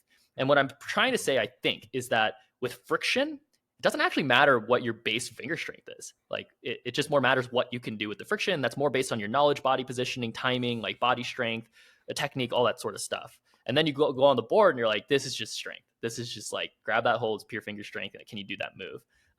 And I do want to say that I absolutely want to get stronger at both and like better at both. But I don't know how much they correlate, to be honest with you.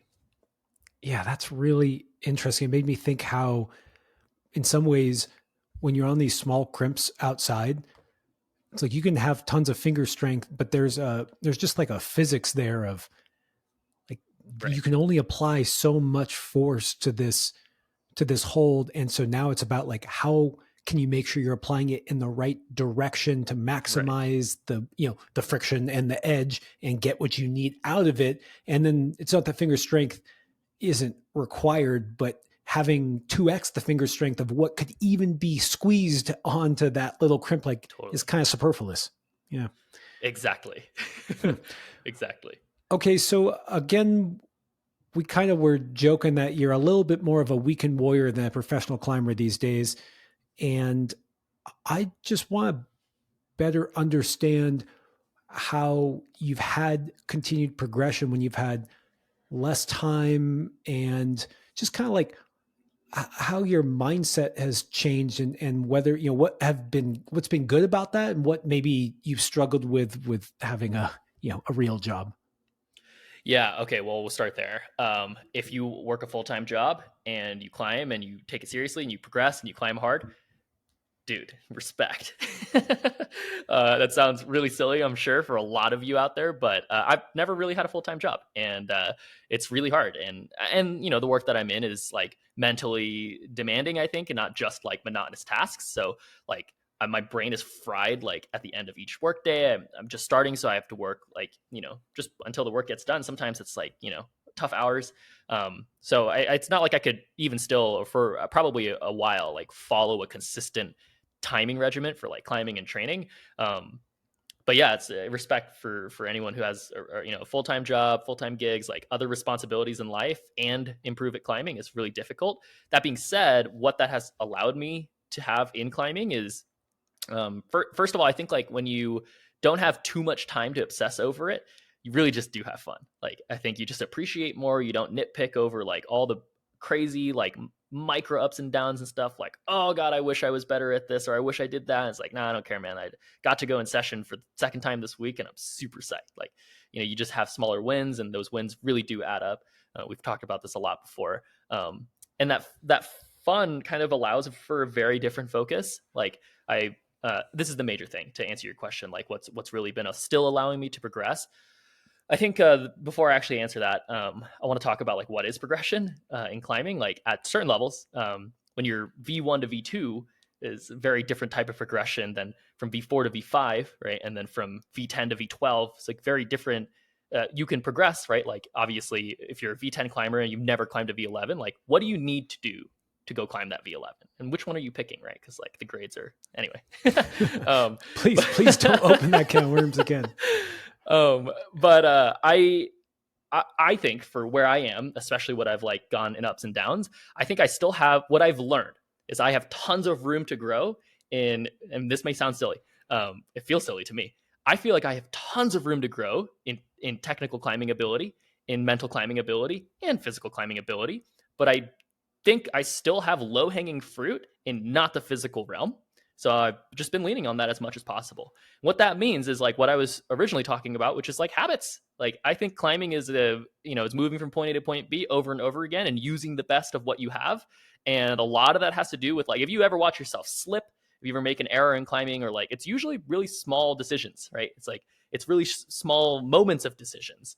And if you really look at yourself and you can confidently say, oh, I pay attention, I know exactly what I'm doing in each of those micro decisions, man. Like I know everything I'm doing in my climbing for sure. And I try really hard to make all that. Nah, man. Like I've been doing it for like, I've been trying to do that for so long. And that's what I'm trying to say is like, I feel like that is what I've been focusing on getting better at. And maybe because I had focused on so many other things in the last couple of years, I like didn't focus on that. I didn't like pull on that thread as much as I could, you know? And now because it's the only thread I really, first of all, care about pulling on because I believe in it. And it's the only, it's like the only physically I'm not capable of like training after my session. I feel like just doing multiple sessions in the week is like, that's my bar right now for, physical capacity for my body before I get hurt.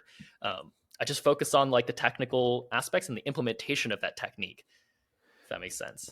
Totally. This is something I like about climbing on really hard things for yourself, for oneself, is that when you get stopped by a move, you start going into the minutia. You're just like, okay, like where do I have to put my toe? Okay, like right here, not anywhere else. It has to be right here. And then my other foot has to be on this smear, like not a centimeter different.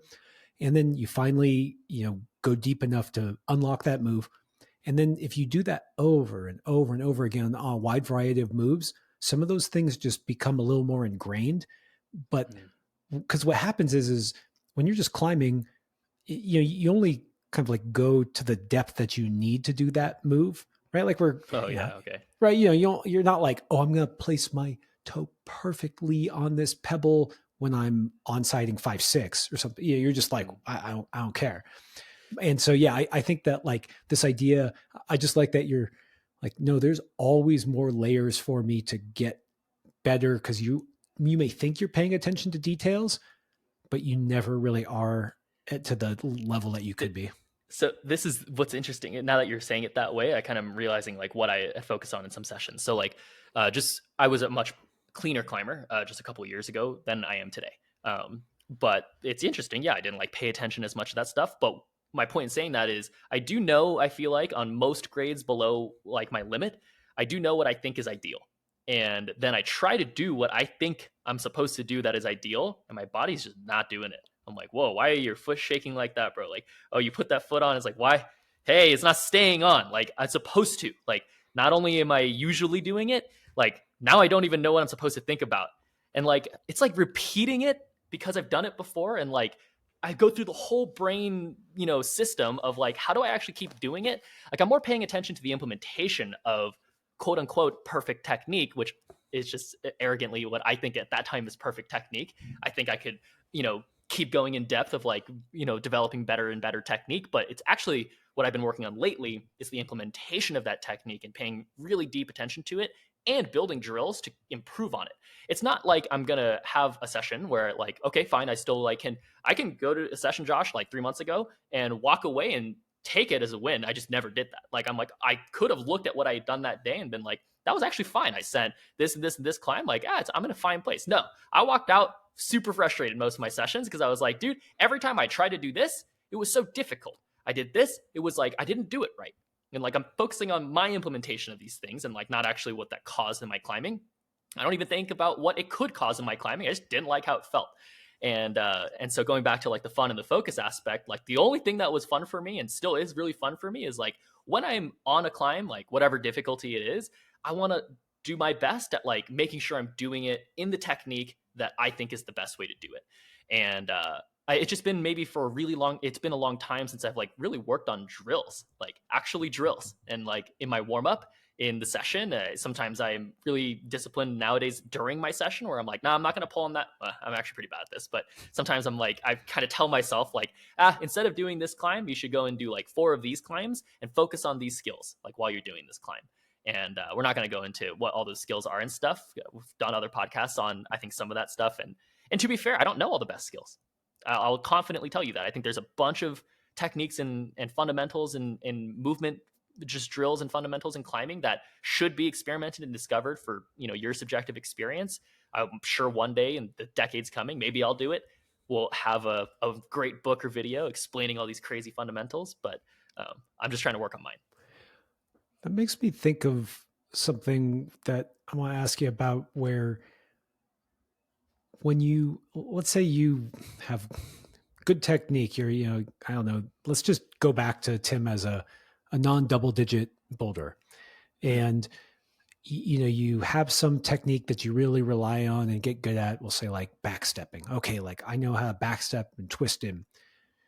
And do you ever remember a time where all of a sudden the technique that you were really good at wasn't working and you had to kind of do something in a new way that kind of to unlock a move like that felt kind of awkward, and then you ended up becoming proficient at that new like technique? Because I think that's something that I sometimes have arrogance about, where I've been climbing for a long time, I can climb pretty hard, and sometimes I come across moves in the harder grades where I'm like, this feels awkward, this feels weird, and I just try like double down on the techniques that I know.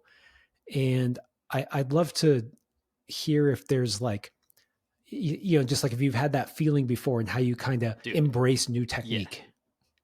Yes, I think this is what all climbing is about. Seriously, is like just looking at your own language systems to yourself and assessing if you want to get better. I don't think it's that hard for people to like get to their current stage of like their best version of as a climber. I don't think it'll take that long. But going from their version of their best climber to their next evolved state of climbing, that's what's really hard, is what you're talking about. When you compete, if you go to competitions, and if you want to make a final or like win a competition, is big if. There's a huge difference between going to a competition and like quote unquote doing well, and then going to make a final, especially in like the days before when we just introduced like National Cup Series events, where like everybody was at those comps, dude. Like Matt Fultz, Keenan, Nathaniel, Sean Rabbit, was at a lot of those, Sean Bailey. I was getting like 1 to 2 spots out of those finals like quite often. They didn't even have semis at some of those things, dude. It was like 100 people and then like 8 people will make a final. It's like, that's absurd. But you go and you travel to another state, you spend all your money, you're only making money in the final, you're not even making enough to cover your trip until you're in the podium, right? But like, that's what all we did was we go to the comps, the goal is to make the final. And then once you make the final, just go and have fun. And then maybe you develop into like, then when you're making a bunch of finals, then you got to win. You know, I got into that mindset after like year 9. When you want to go to a competition and you actually want to make a final, you have to be able to do basically all the climbs. And you can imagine if they give you 8 climbs to qualify on, let's say you get 3 hours, you get like 10 tries per climb. Like, you cannot beat the climb into submission. You're certainly not gonna get up to every climb unless you're literally Adam Ondra and just try it your way, and the way is gonna feel great. No, you probably try most things. You'll probably do like a couple of the climbs. Okay, some of them are your style. You probably even pick the ones that early on that are your style. You're gonna get to a climb and you're gonna be like, dang, this one just ain't me. It doesn't feel good. Like, I saw a bunch of people do it. They did it this way. Like, you go through the whole mind game. And the correct way to fix this, what I've learned over time, is that language that you had just said. Like, how do I get myself to do this? The question should be, what is the best way to do this? And what am I going to tell myself to do it the best way? Right? The only ideal way that actually will get me through this movement. What's that way? Do I have what it takes? Do I know how to tell myself how to do that? Do I know how to do it on the wall? Like, because sometimes it's like an actual IQ thing. Like, it's actually like, I just don't know how to read it. I don't know what's going on. And then maybe you know how to read it, but you realize that your body is just reacting poorly. Like, you get there and you're like, oh, why do I'm not able to engage in this? And then maybe at the end of it, hopefully you get to a physical barrier. At the end of it, you're like, I thought I'm supposed to do this, and then I'm supposed to do this, and I'm supposed to do this. It's like, oh, maybe I'm just not strong enough. That's the ideal in climbing. Like we get there and we're like, okay, so now I'm going to go to the gym, get stronger. And next time I come back, hopefully I go through that whole process. Hopefully I do it faster. And then I get to, I'm not strong enough. And then hopefully one day you're just strong enough. And you're like, now you're just playing the little margins. So I've done that in the competition side, and it took me a really, really, really, really, really long time. Lots of different approaches, lots of different like mindset games. But it's basically that, like teaching myself to like find best, and then teaching myself what happens when I see best, see other people doing best, and I can't do it. You know, what happens in the mind. But that's basically what's going on. And then, yeah, sorry, you want to jump in there? Uh, I I guess I want to share like the feelings that it happened, like a hint that's going on is you'll be climbing on something with your friends, you'll see them do a move and they do a certain way, and you'll just try it and you'll be like, oh, that feels so weird. Like that is so weird. You ever say that? You're like, weird. And then either you try it that way and you get really close to doing the move, or crazily enough, sometimes I'll do a move and it'll feel awful. Like it's like, okay, I can't do this move. I can't do this move. I'm really bearing down. I'm really like twisting in, can't do it. And then I'll do the weird beta and I'll like do it. But when I do it, it feels awful, but I get it done. And I just like, I don't know, it's something that I have been through, but I feel like I haven't gone through in a while. And I don't think that's because I've figured it out. It's like, it almost just is a hint to me that I'm like not quite stretching my movement repertoire. Yeah, totally. I agree with that. I think like you have to expose yourself over and over again. I think so. Yes, I agree with that sentiment entirely. I've had that same exact narrative, and like I think what I've evolved to my personal definition of getting better at climbing for me actually became like reducing the amount of times I say that, and like reducing the feeling, and coming back to climbing this year. I've just had way more of that narrative, like way more times. I'm like, I'm supposed to do that, but it's weird. It just feels off. Like it feels like I don't know what I'm supposed to do. It feels weird. But definitely in the last couple, when I did the Mose Valley video, where I did like, I tried to do every double digit in Mose Valley. I did a lot of them. I did like 10 double digits. Some of them I flashed a V12, did a couple like 13s, pretty hard day. And in a one lot of those day, dude, sends that was sorry, that was badass. In one day, that was yeah. a hell of a tick list. All those were climbs that I had never tried before and like never really knew about too much. Like Brennan, my best friend who's like filming it, he just had been to Mo's bunch and he just like sprayed me a ton. But that's not the same thing as feeling it and knowing that you can do something. That was exactly why I did that challenge. I think that challenge for me was really interesting because I was like, I wonder if I can do all these new climbs in this difficulty, because the feeling I'm fighting there is like, I know for sure they're not going to feel comfortable for me, but can I in one day, especially through the fatigue, like keep making good decisions through that feeling? And what I learned through that year and like the previous year and what I was developing and like what it was helping me improve in comp climbing especially was just getting better at like not letting that affect my decision making. It still made me feel bad. Like a lot of the time I'd be like, like not very good at that. But I didn't ever react to it at a certain point. Like at a certain point, I got really good at just being numb to like, well, that's just what it is. It was what it was. And then like, but I still, like, in order to succeed on this move, this is what I got to focus on. This is what I got to do. I wanted to share like, so on the comp side of experience, like that's where I had to kind of work on it. But I had a really significant portion of my climbing career, maybe like year 6 or year 7, where the moonboard came out, or at least like we got one. The moonboard was just like the utter opposite of like anything I pulled onto the moonboard, no matter what grade it was. I felt this exact narrative, and it was the best tool for me to basically like turn any of the climbs which in the beginning were all of them, and then I think I had done like a couple hundred of the benchmarks and had like 12 left at a certain point. It's like top 10 in the world on that 2017 moonboard. It was specifically because I was like, each of these climbs in a different hold type and a different movement type give me the same damn narrative, dude. Like, it just feels weird. Like, I don't like it, how I do it. And what I had learned on almost all of those climbs was that, for one, it didn't feel good every time I did it, which really helped me numb that narrative over time. But I also just like did a move slightly differently than I ever would have thought. Like if you somehow documented my first tries, so the tries I was sending these climbs, the tries I was running laps on these climbs, I was actually just moving differently through the wall. What I'm talking about is my trajectory of like hip placement throughout movements dynamically. When I latch a hold, when I engage the lower one, like when I stick one and I place my foot on, do I relax through position? Should I keep it tight? these are not based on my feelings of what I think I should do. I grew them through trial and error of what I think I should do. Like, just what's the best thing to do given my strength, given my size. And I think, yeah, it's just the goal, right? The goal is like, what's the best? If I just took my metrics, my size, my weight, my skin, and everything, and I put it into a robot, just didn't care, and you program the robot to move the best way, that's objectively optimal, right? It's objectively optimal. If you gave a robot just like your body and said, do it the best way, given your understanding of physics, which is perfect, like move the best way. My goal always, since I was a kid, I've said this narrative before, I've coached like this. I'm like, I just want to be the robot, dude. Like, why am I not the robot? It's what you're talking about. It's the, yeah. It just, anyway. I'm laughing because I just remember your quote a long time ago. It was basically F your feelings. It was just, I don't care. I don't care how weird it feels. I don't care about, just F your feelings. Like, this is the way, or let's find the way. And then I don't care if it doesn't feel good or if you have fear or doubts or whatever. Onward. I should listen to that guy. He was smart. Yeah, he was a smart dude. Well, it seems like you're still having some good success. I saw on Instagram you had like a triple double day, and you're still climbing V13 in a session out there on after doing a bunch of 11s and 10s. And I don't know.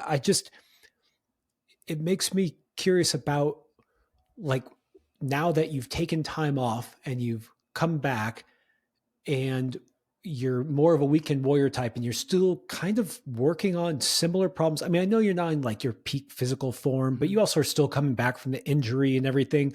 But my hunch is in 6 months, you're not going to be like, oh, like I'm still just getting back in the swing of things. You're going to be progressing. And so what do you think about goals now? What do you think about, excellence in climbing? Like, how do you now refactor yourself after this period of time off and understanding, like, oh, wow, I don't necessarily need to spend 7 days in the gym. Like, I don't know if I was getting where I wanted to go any faster. There's layers to that question, and I'm not going to answer some of them.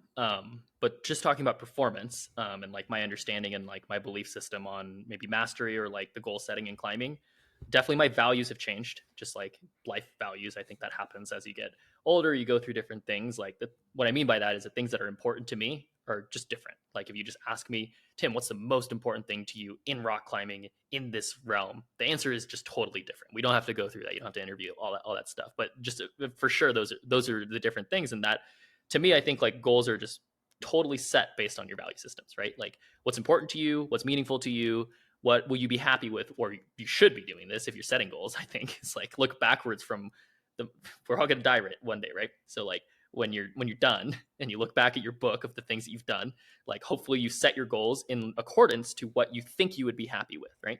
That's what's changed for me. What's changed for me is like where I think I would be happy when I'm done.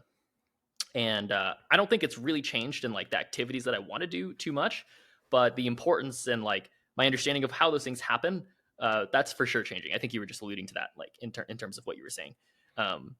But honestly, I think this is still being sculpted currently, and like over the next couple, like the season's just getting started, and I'm definitely like getting a lot more psyched every single day. The homies are coming in, like, yeah, Nate just stayed at my place. He just left today, actually. I don't know how it went, dude, but this is his last session on return before he doesn't come back for a couple of weeks.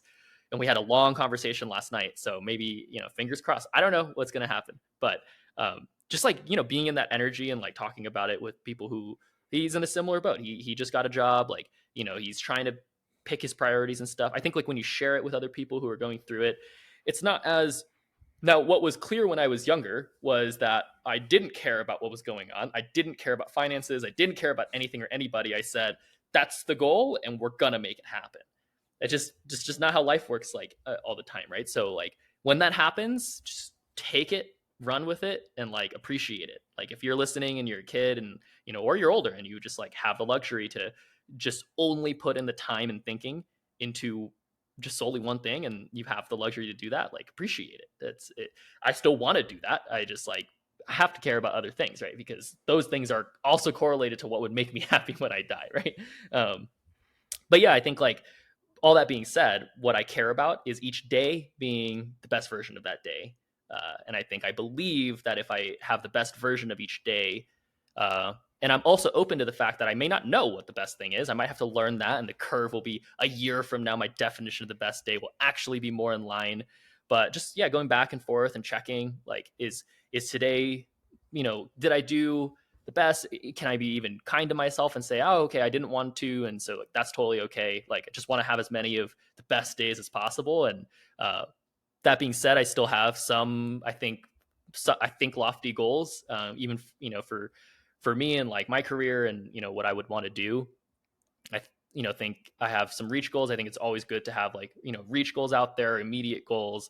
Yeah, I think I can do Trieste this weekend. And like Trieste for me has been like a 6-year project. It's always been for me like super anti-style. I've only climbed one V14 for me, which is nuts because it was a long time ago. And like I haven't tried that many like hard climbs beyond Goldfish Trombone, but it's been a really long time since I've done Goldfish Trombone, and it just feel really cool. Even Fisheye Effect, the V13 that I did was like the first new V13 in like it felt like years. So yeah, I still want to develop. Here's what hasn't changed, but my definition and my understanding of it has changed. I still want to progress towards mastery in climbing. I still want to understand it. I want to have these conversations and like open the doors to these conversations with the other people chasing mastery in climbing, and like that's the point of the talk about the grades, right? Like, it really wasn't just to like just have a debate on it. I think Josh, you and I really care about like, well, when we're like just chilling, not really climbing anymore, like, can we look back at it and be like, did we have an impact on like the grades being more in line to actually showcasing what the mastery of the sport is? Because it's complex as hell, dude. Like, I think to actually say you're a master of climbing is super proud statement. It's like jujitsu. Like, jujitsu, if you actually are a black belt, it's like very respected. Why? Because it's just so damn hard. Like, I think climbing is a very respected sport if you're actually really good at it. And I'm not saying that's exactly why I want to do it. I just understand that it's really difficult. And yeah, I want to respect myself in climbing, and like know that I cared about it, worked really hard at it. One of the big differences I'm hearing there from talking to you before is that this trust or faith that if you have a good session in that it was deeply enjoyable and fun, that you're on the right track. And that what you need to do is stack good session, or fun session, fun session, fun session on top of each other, where kind of professional Tim was more willing to suffer and just do what needed to be done, whatever you thought that was at the time. Mm-hmm. And that with the kind of like, further goal that's down the road, and being like, yeah, today sucks, but like I'm doing it for, for meaning for later. And so that's kind of a different shift than I'm used to hearing from you, where, this concept you had where I want to master climbing, and I will do whatever it takes. And it actually even connects to some of those things we were talking about with weird movement, where you're like, I don't care how I feel. This is not about how I feel. This is about climbing and performing the best I can in climbing and taking kind of emotion out of that. And I don't know if those are at odds with each other, where you're enjoying your session, but it seems to be a little bit of a different approach that you're taking, even if that end goal is still still mastery. I want to speak on that a little bit. There's a story here, but like I think what's happening in hearing you say that, because like I don't really think about that, and that's totally true. But while I was going through that, it felt like I needed to focus on like, yeah, I just gotta fight through it. But now I still actually have that as part of me. It's just a part of it. Like, I don't have to think about it anymore because I just accept that it's a part of it. Like, no session, I still actually eat most sessions. I still have to fight through all the same things. And it actually even worse because I'm a lot weaker than I used to be. And like the strength, really, you can just like bypass a lot, especially if you have a ton of endurance. Like, you can imagine like you're just not getting as pumped, like holds just feel a little bit better. And like those things you don't have to worry. Now every hold feels like pretty bad, like pretty at the margin of what I think is possible. I literally am able to and push myself to focus as much as possible in each position, where I didn't have to do that before. So I kind of actually bitched about it a lot more. Here's the story. with the work that I do now, I've said to like my best friends and like just talking about it, I'm like, if I lost this job, and I went back to like coaching, like what I was doing before, and like I used to tell you like coaching was so, it burned me out. It was like I was really like going for hours, and it was just like destroying me. I would I would go back and coach, and it would not be that hard. Like that's kind of what I'm saying about my climbing is like I think I have a different perspective because I've bypassed that, and I've like gotten over the fact that like it was just uncomfortable, and not to say that like again going back to bad habits and stuff, I still think like I'll have the narrative often after sessions. I'm like, dang, I like kind of just like complain too much through that. And in hindsight, I'm like, okay, how do I get better at? I used to like when I was younger, just like take cold showers for that very reason. Like I wake up, take a cold shower because I'm like, you know what, Tim, you're gonna complain all day today. So you start your day with a cold shower, and everything else will feel a little bit easier. Like you won't have to complain. Bishop, like just going out in the cold and like grabbing horrible holds. Like here, it's like it's cold, but it's like not nearly as cold as Bishop gets. And I hear people, just being like, "Yeah, it's super cold." I'm like, it's not that cold. Actually, I'm sweating. Like my fingers are sweating too much. Like Bishop, I need it to be 20 or lower, and like then I can highball and like risk my life. But here, I would not. I would not highball here because it's just like it's too sweaty. But anyway, just like dealing with it, I think is a matter of perspective. And then once you get through that perspective, I think you can focus on the things that matter. And for me, what matters is kind of the stuff that I was sharing, which is like, and then I believe that all those things combined will hopefully get me. And dude, like, yeah, if you ask me in a year and I go through a totally different experience or like continue with bad habits, maybe I'll come back and my perspective will be back to where I was before. I think life is totally dynamic. I don't know. It sounds like you learned some lesson there where, or maybe lesson, yeah, we'll say learned a lesson there and it reframed it where you're maybe still doing the same hard things, but it's in joy versus Mm. with anger. And, that to me, Mm-hmm. that makes it more sustainable. And Yeah. I've done a lot of interviews with comp climbers who have felt a lot of pressure and been unhappy, like went from enjoying comps to hating comps and then having a breakthrough where they enjoyed it again. And one of the really important things there is that if you don't enjoy it, it's not going to be sustainable. If you can grind and be unhappy doing anything for a while, and you can get good because you're just grinding, but you're never going to be great if you're doing it without love in your heart and showing up each day and giving it your best, not because you're forcing it, but because it's pulled out of you. So that's kind of interesting to hear that you're like, no, I'm still doing the same things, but there's this Right. different feeling behind it. I love that, man. Yeah, man. Sorry, I gotta jump on that point again that you're saying too. So interesting. Like, I think comp climbing is really interesting. Where no shit, dude. If you compete right now, it's really hard to walk away feeling successful ever like, in a round of competition. I think that's a lot of. We've talked about this so many times, but like there's a lot. Jakob Schubert actually just did, I think, one of the best interviews. That go on his Instagram and listen to this short 15-minute interview that he just did. It highlights a lot of the stuff that I think a lot of comp climbers feel. You can imagine if you like put in your years of effort, years and years and years of intentional effort, and you go and compete. And like, if you put years of effort into a one arm pull up competition, and the competition was, can you do a one arm pull up? A lot more people would walk away happy because it's just more straightforward to get that metric of success or the feeling of success. And so, like, to take that point for me, I just like don't, I try, if I've really tried not to or shift away from my reliance of what I think success is. It actually used to be like getting a sponsorship, for example, landing a video, for example. Done these things, Josh. I didn't get happy after that. I've done comps, I've won them, I've lost them, and I didn't really end up that happy after them. I've sent my projects, I didn't really end up happy.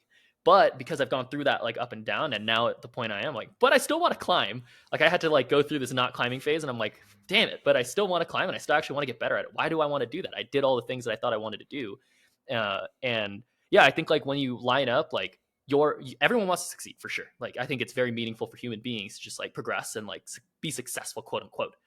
But see, you got to rely that definition on something that's totally internal, and it might end up the product of what you do might be in line with other things that would be cool society, in society or like culturally.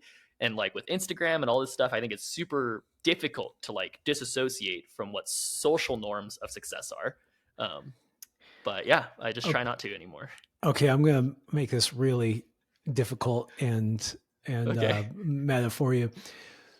So I keep hearing this over and over again, where you people achieve these goals, and they're the goals that most climbers have: win comps, be a professional climber, be sponsored for real, not just getting like a Cliff Bar in the mail or something, Mhm.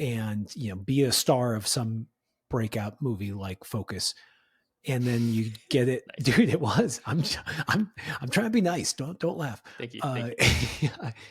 and then you get it, and then you go, wait, like I was missing the point all along. And then there's a reframing, and then there's a joy and a love and a sustainability. And honestly, Tim, from what I've seen, typically that second act ends up being more successful. Like Yeah, that's what it feels like it should be. Yeah. yeah, it's because I think it comes from the right place. And so here's my Yeah. question for you: is for that second act to occur, do you have to have that negative kind of first act where you're like, okay, I'm gonna win and I'm gonna do whatever it takes, and then you get there and then it kind of sucks? Like, is there any way to shortcut that process? Can you come at it with like happiness and not have to kind of flog yourself into submission to get the external success and validation, to then realize it's meaningless, and then to move forward with a healthy attitude onto greater heights? It's a really good question.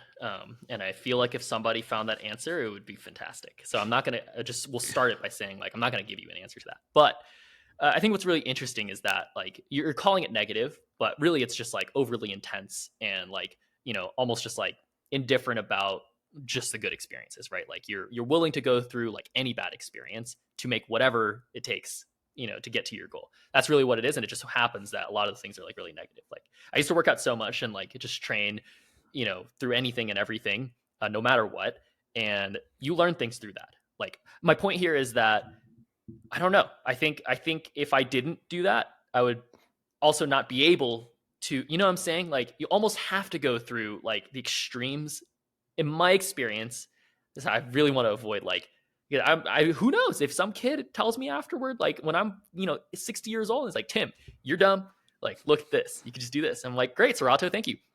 Um, sorry, I just had, maybe it's him.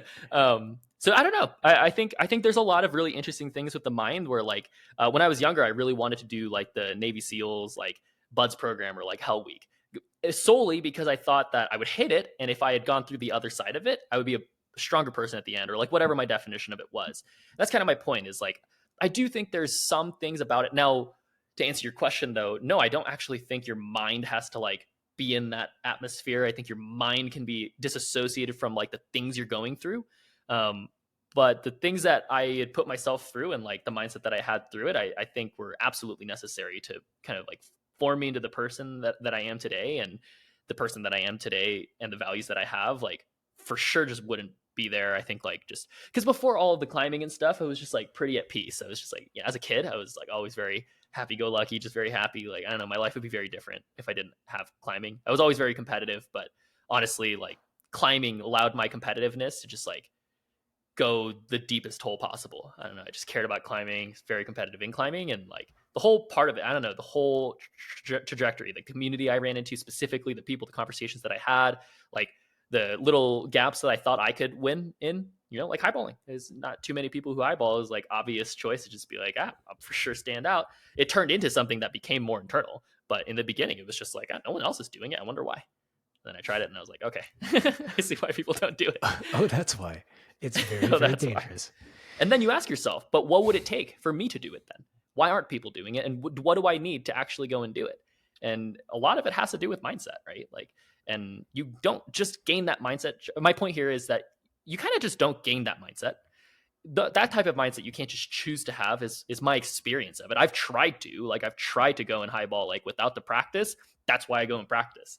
Because then I'm like, oh, dude, I'm not going to go and do this without like ironing my mind a little bit, Um, Well, good answer. And I don't expect it to be some kind of obvious, this is how one goes through life and this is how you should go through life. I mean, what I love yeah. about podcasting and all discussions. Yeah, not just podcasting, just any discussions that go a little deeper than surface level is just when you hear other people's stories, it's not that you pick out some archetype that then you can apply to yourself. You just go, oh, interesting. Like I've felt that way Totally. too. Or, oh, wow, like I haven't felt that way. That's an interesting way to look at it. And it's just like we're all on our own journey. And I just kind of, I mean, I've known you for a really long time, Tim, and Yeah. you definitely have flipped a new chapter in the last 6 months, year.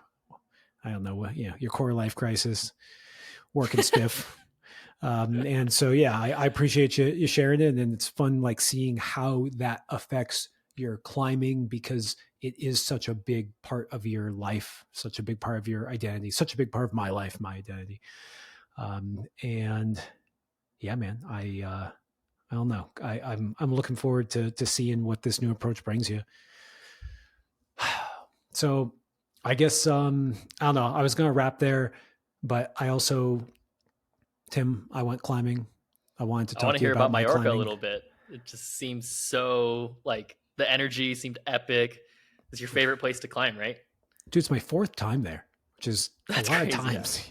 And yeah, it's funny you're talking about these, these changes you go through when you have a value system that changes. I'm like, dude, having kids definitely changes your value system, but you still love these things. And it's funny how like when your value system changes or you add things into it, it's not that like you have kids or you start a job that you like and all of a sudden you don't like climbing. It's just you all of a sudden you have these like, it's a bigger sacrifice to participate in climbing because you have to say no to something else that you do value. Like literally, like, okay, I'm going to Mallorca with the boys and I'm saying goodbye to my family, right? Like that's very different Totally. from like, 5 years ago was my last trip. It was to Mallorca and I went with all my buddies and I left my pregnant wife at home, but she was okay. She was just working, doing her thing. Like, Dang. yeah, sorry, Jess. There was no Poor big, Jess. there was no big like sacrifice there where, I mean, she was just, it was just normal. It's just, I don't know. I guess I often had gone on big trips when we were together. It didn't feel like that big a sacrifice, but Mallorca is freaking dope. You should definitely go. I highly I would recommend love it. to. We had a little bit of weather issues where those big rains in Valencia. Like, did you hear about that flooding in Valencia that killed No. people too? It was Damn, I didn't know that. big storms, and we dealt with rain, but rain wasn't the issue. It was massive swells. So we're going to Deepwater Yeah. Solo, and we just had like huge waves that were like seriously, I mean, seriously dangerous, or, well, not just or, and they made the rock wet often. So luckily, there is incredible sport climbing in Mallorca as well. Big 40-meter rope stretching caves full of tufas and jugs and good times, just good times. But Deepwater Soling was definitely what I was there for. And yeah, I mean, some of the highlights, I climbed at this new cliff that Sharma is developing and climbed with like a strong crew too. It's always fun for me to, I mean, I get to climb with strong crews, but then there's like really strong crews. And, just like getting to remind myself like what that level can be was really helpful. I saw, well, I mean, I was there with Ross Fulkerson, our buddy Ross, and Ross is very, very strong. That guy, yeah, he's pretty strong. That guy, you've heard of that guy. And climbed with Mejdi, who is yeah, that guy's very strong. also strong. Just did Espontis in not too many days. Did you guys see that? We did not, unfortunately. I was bummed. We almost went out and saw it, but I think we were climbing on something else. It happens, dude. Sharma was at the cliff doing. He's got some, next level project that looks hard as hell. Just really cool. Still doing it. And then a kid, kid. He was 18. Rapa. I don't know. You know who Rapa Darius, I think. I don't know. I'll tag him and hopefully dude, I think he's part of the Red Bull team in Romania, and he did that. Cool. That was like that dual ascent dam thing. Yeah. Yeah, he got like third place, which Dang. is no joke.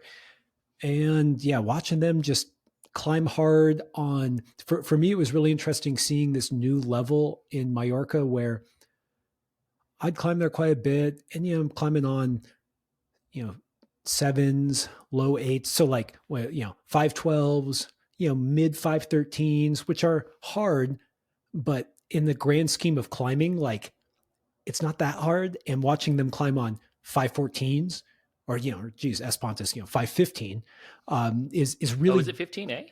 I thought it was like 15B, but I think it's been downgraded. Okay. It got put up as like 9B, but I don't know. Dude, grades are so whack in deep water soloing too. I don't know. I don't want to get into that, but seeing them on, hard 514 over, and doing that at 40 feet and doing it ground up and doing Right. hard moves. Like, dude, it's deep water soloing. It's really hard to tap into that bubble and try really hard because you're always like, okay, I mean, I could just jump off right now. And yeah, it would be a big fall, but if I just jump off okay, like I'm not going to fall weird. And it's different to be like, I'm going to lock in this heel hook. I'm going to really find like the body position. And if my hand blows, I'm going to do a belly flop or whatever at like 40 feet, which is totally different, uh, Yeah. and just, I don't know, seeing that was good. Um, we didn't get to do as much deep water soloing as we liked. I did have my one moment. I was deep in the trip, getting kind of bummed. I shouldn't say bummed. I was having a freaking blast, but I was like, like I want my moment, my hard climb. And then me and Ross recorded a pod, and we ran out to Cova del Diablo, and there's some 8Bs on the left hand side. So 8B is 13D, 13 plus, 13D. we'll say. Yeah, 13D. And I like had time, just as like the sun was saying, to try this one climb. And the ocean was big, but not too big. It was like reasonable. And I was going out there, traversing out, and I had time for one go. And I chose to try the other 8B that I hadn't tried, like you traverse in, Hmm. and then there's like these two 8Bs. And what's kind of epic about them is that they're actually decently hard at the very top of the cliff, which is like 60 Ugh, feet, eh, which is tall, man. And like that's if you compare, huge. like I've done Lost Scott and Two Smoking Barrels, which is 8A plus, so like 13C. But Lost Scott, you do that big dyno, and it's kind of like midway height, maybe like Hmm. 40 feet or something. And to be honest, it's actually not that scary. Once you kind of huck that dyno enough, you're kind of just like, I'm okay. And then the outro is like V5, and it's just, I don't know, it's not too crazy. Well, I mean, Lost Scott's one of the best climbs in the world. But like as far as being serious deep water soloing, it's not that crazy. And so I was trying these ones on the left, and I got up there, made a game time decision to go for this thing called like dancing in the limbo sunshine. I don't know. I knew some beta. Ross had done it, and he yelled me some beta, and I was by myself out there. It's like the sun setting. The boys are watching and making sure I'm going to be safe, but the ocean's big, and you have those moments, dude, where you're just like, "What am I doing?" Like the ocean's big. I'm tired. It was my third day on. I wasn't even really warmed up, and I was just kind of like sitting in the no hands rest before, just kind of like, dude, I shouldn't be here. Like I'm tired.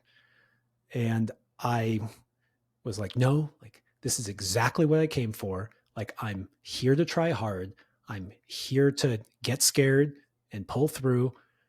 And just this like flip flop. Each time you get to a rest, you're like, what am I doing, man? Like, why am I here? Like, I Yeah, should the just rest jump of the off. worst.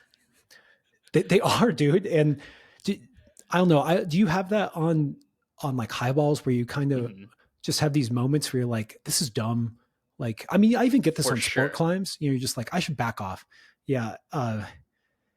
And so I, keep battling. I hear all the negative talk, and I like combat with good self talk. No, this is what you're here for. Like you Hmm. freaking like, this is literally the moment that you're looking for. So I traverse out. I do some visualization where I'm like, Ross said that pinch is good. It's probably bad. Like, what are you going to do when you get there? Typical Ross beta. Totally. He was like, dude, you might even be able to match it, and I go up, I do the move, the hold is bad. Or I don't get it right. Whatever the case may be, it doesn't matter. Because I'm like, I'm basically like first trying it or flashing it, because like, even though I traversed in, this is like a separate line. But then I'm like, oh, I'm just gonna stay in this moment. I'm just gonna like do my best. I'm gonna like commit to the position, so I commit, get through these moves, like do kind of like the crux move.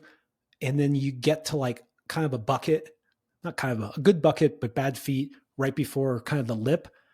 And again, you're like, all of a sudden you're like, oh dude, I'm here. Like, and you're like, oh dude, I'm off the deck. And I'm looking up and I'm like still oscillating between like, kind of like fear and commitment issues, because, you could probably still jump down from, I mean, you definitely can't jump down. You're not going to like break your leg, jump into water, even if you're 50 feet up. And I think I know the sequence. And I'm like, okay. And you do that thing. You're like, okay, like I'm here. I got this. I'm psyched. I go for the sequence. I like reach up into a 3-finger undercling, build my feet way up, stand way up to another 2-finger pocket. Cause I think that's the beta, is to like then reel that in and stand up again. And then I'm like, oh, I can't do that. Like I'm going to fall. And I had this moment where you're just like, everything shifts. All of a sudden you go from like super confident to freaked out.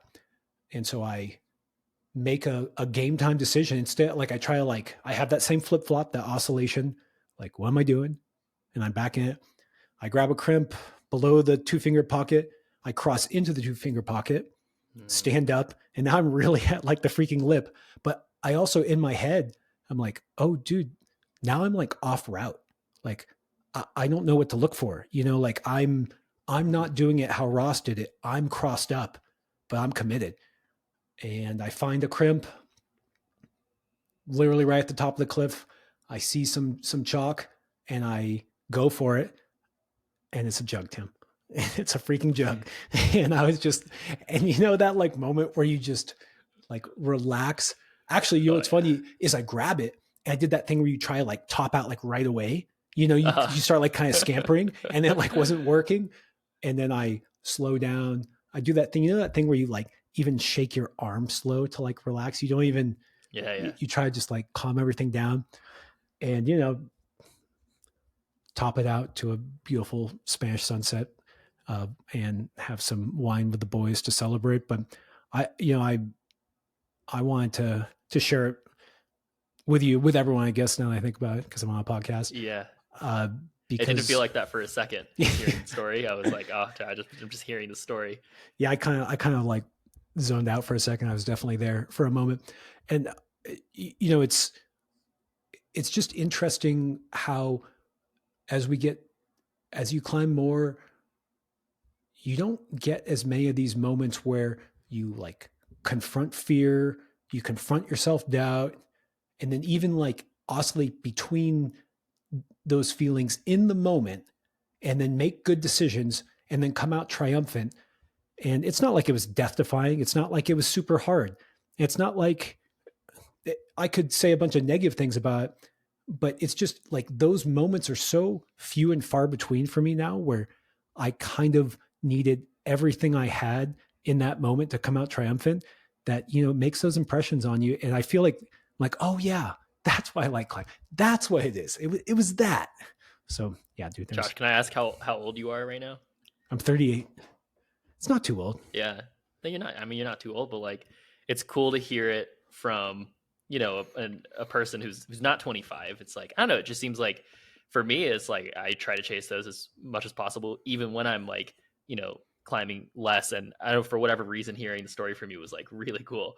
And I feel like I've talked to you a ton about climbing, and I've podcasted with you a ton in the past. And like, I feel like I've never gotten to hear really too many of these stories. I hear them from like years past, and like recollections in some sort of way, but like this just happened. It's super pure experience, and that's super awesome. It's also, I think, really different when you have, I've experienced this recently. Like I went and tried another highball called the Phantom here, and actually got pretty scared on it. But I more just had like a slow assessment and I bailed on it, where I was like, it's just not worth it. Like I felt like there was a percentage where, anyway, I bailed on it. And the reason why I bailed is because I had such a reality check where I was like, if things go bad, this is what happens. And then like, just not worth it. And it's different when you're older. Like the older you get, it just, the gravity, even if you can't die, like I know you kind of, weighing the side of it's like, oh really, dude, like you're not going to die. But it's like, sure, feels like that in the moment, right? Like I'm sure when you're in the like you're like fully going through what's gonna happen. You just know it's not good. And especially on deep water soloing, I haven't done much, and especially on like kind of you're not like on sighting the whole climb, but like you haven't touched these holes before, and you're also getting information that you kind of have to check. Like even though you know what you're doing, you still have to like check it, and also like just the awareness to be able to back off sequences for in a committed mindset. That's like pure presence. That's pure flow. Those moments are super rare. That's so cool, dude. I'm so glad I got to hear that story. Yeah, I love those moments, man. What you were saying, where would you say, like you think you know the sequence, and then you have to check that sequence, and you have to make a new decision, and you have to commit all within like half a second. That's like a really interesting, pure flow, like you were saying, and that's only and you're right, like I mean, wasn't gonna die, or I mean, very doubtful. Although my wife was definitely like, "Could you not die out? Please don't die," because water always does give this like element of like, okay, like you're still in the ocean, and that's always like a little sketchy. Just like you do not want to belly flop from there and get knocked out. And the percentage of dying is not zero on that climb. Yeah, actually. But I'm not saying that's not, like what's interesting is that what's so memorable, actually one of my buddies pointed out, the guy who took the video of it, Joe Goodacre, Scott Rojan took the video and Joe took some pictures. But one comment they made is like, dude, you never look down. And I was like, that's interesting, because something about like, these are these moments, whether you're 2 feet off the ground, 20 feet off the ground, 2,000 feet off the ground, where you climb as if, I don't know, it's not as if you were next to the ground. You just are climbing. Like I was just so tapped in that's all I was doing, was doing my best in that moment. And those are really special moments. Yeah. It's a really significant comment. I call it a compliment. Like Joe has at this point won a fair amount of Sequel block competitions. He's very good at them. And when you do a Sequel block competition, I've done one, and you really go for it and you're really trying to win. Even in the beginning, like I just don't think you should look down ever, because then you open up, especially if you're like a deep thinker, you give yourself things to think about, you're gonna think about them, right? So like I just don't give myself too many things to think about. That's why I hate resting on highballing, because it gives you the time to think about things. And otherwise, you just like try to focus on the task at hand. But for people who are experienced, Sharma, Ross has been there a couple times at this point, Joe, like all those guys, those are all like climbing homies I've known for years. Just to hear it from them is interesting. It's always interesting, actually. I find that people who watch you climb, the thing that people notice, it's like everyone notices like something slightly different, right? And probably something you don't really notice. And so that's a really cool comment. Yeah, I had no idea that I didn't look down, but the takeaway for me is just like, I want more of those moments, but it's weird. It's like, I think I used to get more of them. It's almost like the better or the more experienced I get, in some ways, it's more rare for all those things to line up. And it can be like that as a competitor too, I would think, where you want these like special moments where it's boulder number 4 and everything's on the line and you pull it off.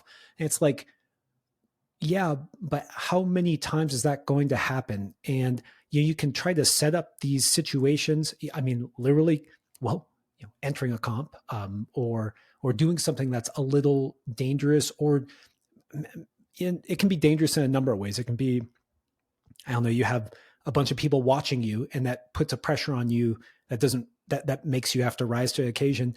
And it just made me think about how to set up those moments in life, and also why climbing serves such a big purpose to us in our lives. Like, it's not necessarily like you can do that in other sports too. I'm not saying just climbing, but it's like, can I do that like with my friends at a bar? Like that doesn't quite work out. Like, can I do that in my career? It's like, maybe there's a couple of moments somewhere in your career where something like that happens, but I just thought it was something I really took away when I was like, sitting on the plane, doing my little journal and just being like, why do I even like, how do I get this more? And how do I do it without, putting my life in danger? And, Right. it's just something that I figured you would appreciate and you would connect with. And, I don't have any answers there about how to do it more, but just that's what those special moments are. I think the question asking process is the most interesting thing that I'm getting out of that. It's inspiring me to remind myself to ask that question.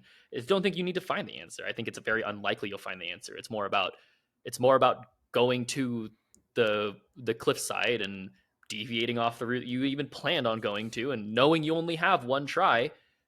When those things happen, are you made of it to say the opportunity is obvious? I think everybody in life will probably get an opportunity or two. And if you're really lucky and you're like really made for it and you're like pushing those opportunities, maybe you'll get more of the opportunities, but it's more about saying yes when like ask yourself through that question process. That's really good, Tim, because I literally was actually going to do the other 8B. I had tried it before, but then it looked wet from the rest. I was like, that looks wet. I'm going to try this other one. And then the idea that I'm going to first try a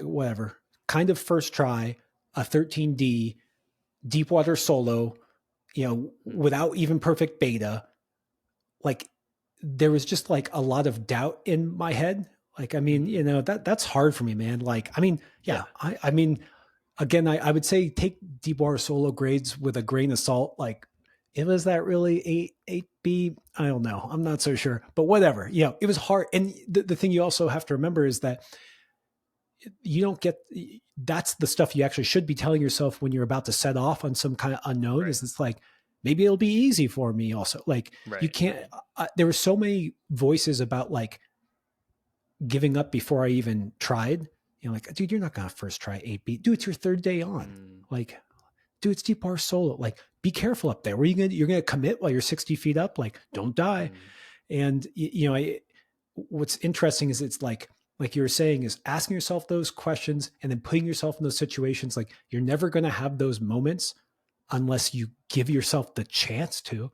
And so maybe that's my answer for how I can find more of those moments is at least give myself the chance. Yeah. Dude, super cool. I resonate deeply with the whole like atmosphere. I could like see, luckily I got to see a picture, and the picture is absolutely gorgeous. You have to post it. Thank you, Joe. Thanks, Joe. And just like knowing what the picture was and like having that image and hearing your internal feelings, it was a lot cooler of a story than I thought it was going to be, because like I forget how much I appreciate just like how people deal with mindset, right? Like those are really spectacular experiences, and arguably most people who still just like get that opportunity won't take advantage of it, right? And like, yeah, you almost had to like have an expectation first and then have the doubt to like lose all the expectation, and then you're like, well, because I have no expectation, and maybe even an expectation of like failure, I just will focus on what I can focus on. And then I think what happens with like kind of the assessment process during the flow, you are more aware of what things could go wrong, which is why you're able to make that decision to change what you think should be better, right? It's like everything has to line up, and then once everything lines up, if you have what's internal to be like made of it, it's just a special part of life. And I think what you were saying before, I sort of agree with, but also disagree with. Like, I think climbing, proudly I can say, is one of the most spectacular sports out there, because it's a very obvious opportunity to get to the end of it. Now, it's not obvious the steps that you need to take to get to that end, but you maybe have a feeling when you're young, you have a feeling that anything can get that for you. Anything that takes effort or intention could get that for you. And you honestly could probably go through a lot of like activities, and I feel like, and maybe not ever like run to those opportunities. Maybe not as often as you can in climbing. You could just fly to Mallorca and like probably do it again. I also wouldn't want you to do that, because like I wouldn't want to see you get hurt. I don't want to highball for the rest of my life, but I know it's out there for me, right? Like, and it takes years of effort, years of practice to be ready and like see what I'm made of to actually line it up. And I'm running out of the challenges at the level that like when you first highball, you can hop on like a V2 and get the experience. Then you do the V2 and you get better, and you're like, damn it, Now I got to do V6 or whatever. They're always going to get harder. I think this may be the best reason to get better is because Totally. the magnitude of these experiences occurs more on more difficult climbs. I mean, Dang. Although I will point out that all these times I've had these experiences are below my physical limit. Like they're not the hardest climbs I've done, but the ones that stick out in my head, when I had these moments, I don't know, maybe this is the wrong way to say is like, it needed to be a certain physical level of challenge for me and for everyone that's going to be different. But then actually when I achieved these things is it took all of my abilities and all my climbing mastery over the years to have that moment. And while that wasn't physically the hardest thing I've ever done, it was difficult to put it all together in that moment and come out triumphant. And so, yeah, the one of the pursuits of getting better is to have these experiences. And yeah, so dude, lots of gratitude for that. Big thank you to my wife for letting me visit Mallorca without the family, and that crew was wonderful. And I hope we get to visit there together, Tim. Yeah, I mean, you guys invited me. I was just like, no, just started my job, bros. Come on. I wanted to go so bad. Next time. There will be a next time. I don't know if I can ever quite kick the Deepwater Solo bug. I also don't want to make it sound like what I did was some kind of crazy death defying thing. Like it was not insane. It was serious, but it was not insane or anything, like you can fall off the top for sure. It's just make sure you fall off the right way, because 60 feet is tall. Even if you just land like a pencil, you'll be just fine, but don't land not like a pencil, because then you won't be fine. Tim, so glad to get to talk to you again. And thanks for letting me have that monologue and tell that story. I don't know if I've ever done that on the podcast. That was awesome. That was cathartic. I probably had a bunch inside me to get to actually share. It was kind of nice. And yeah, man, as soon as I clicked record and got to hear your voice, it was just a good time. So can't wait to do another one, man. Yeah, I really appreciate the time. Hopefully, I don't know, people got entertainment or, learned something. I don't know. I'm just happy to share my experiences. And I get messages all the time. Where's Tim? What happened to Tim? And I'm like, Tim's still here. Tim's busy, but here's another dose of Tim. And if you want more, you can always go back in time, listen to some of our old episodes, and you can also go and watch Tim on his, old YouTube videos now. They're not that old, dude. You can see that Mose Valley Day. You can see Focus. There's a bunch of good climbing on those. And more will come. Yeah. Good luck on the next chapter, man. I can hear it in your voice, and I can see it. I don't know. I think it's going to be a good one. Thanks, man. All right. Take care, Tim. Thanks for tuning in. If you'd like even more content, go to patreon.com/Testpiece. And while you're at it, share this podcast with someone you know who would love it. And please leave us a review or rating at wherever you get your podcasts. We've also got tons of great content on YouTube and Instagram, so don't forget to like and subscribe there. Okay, see you next week.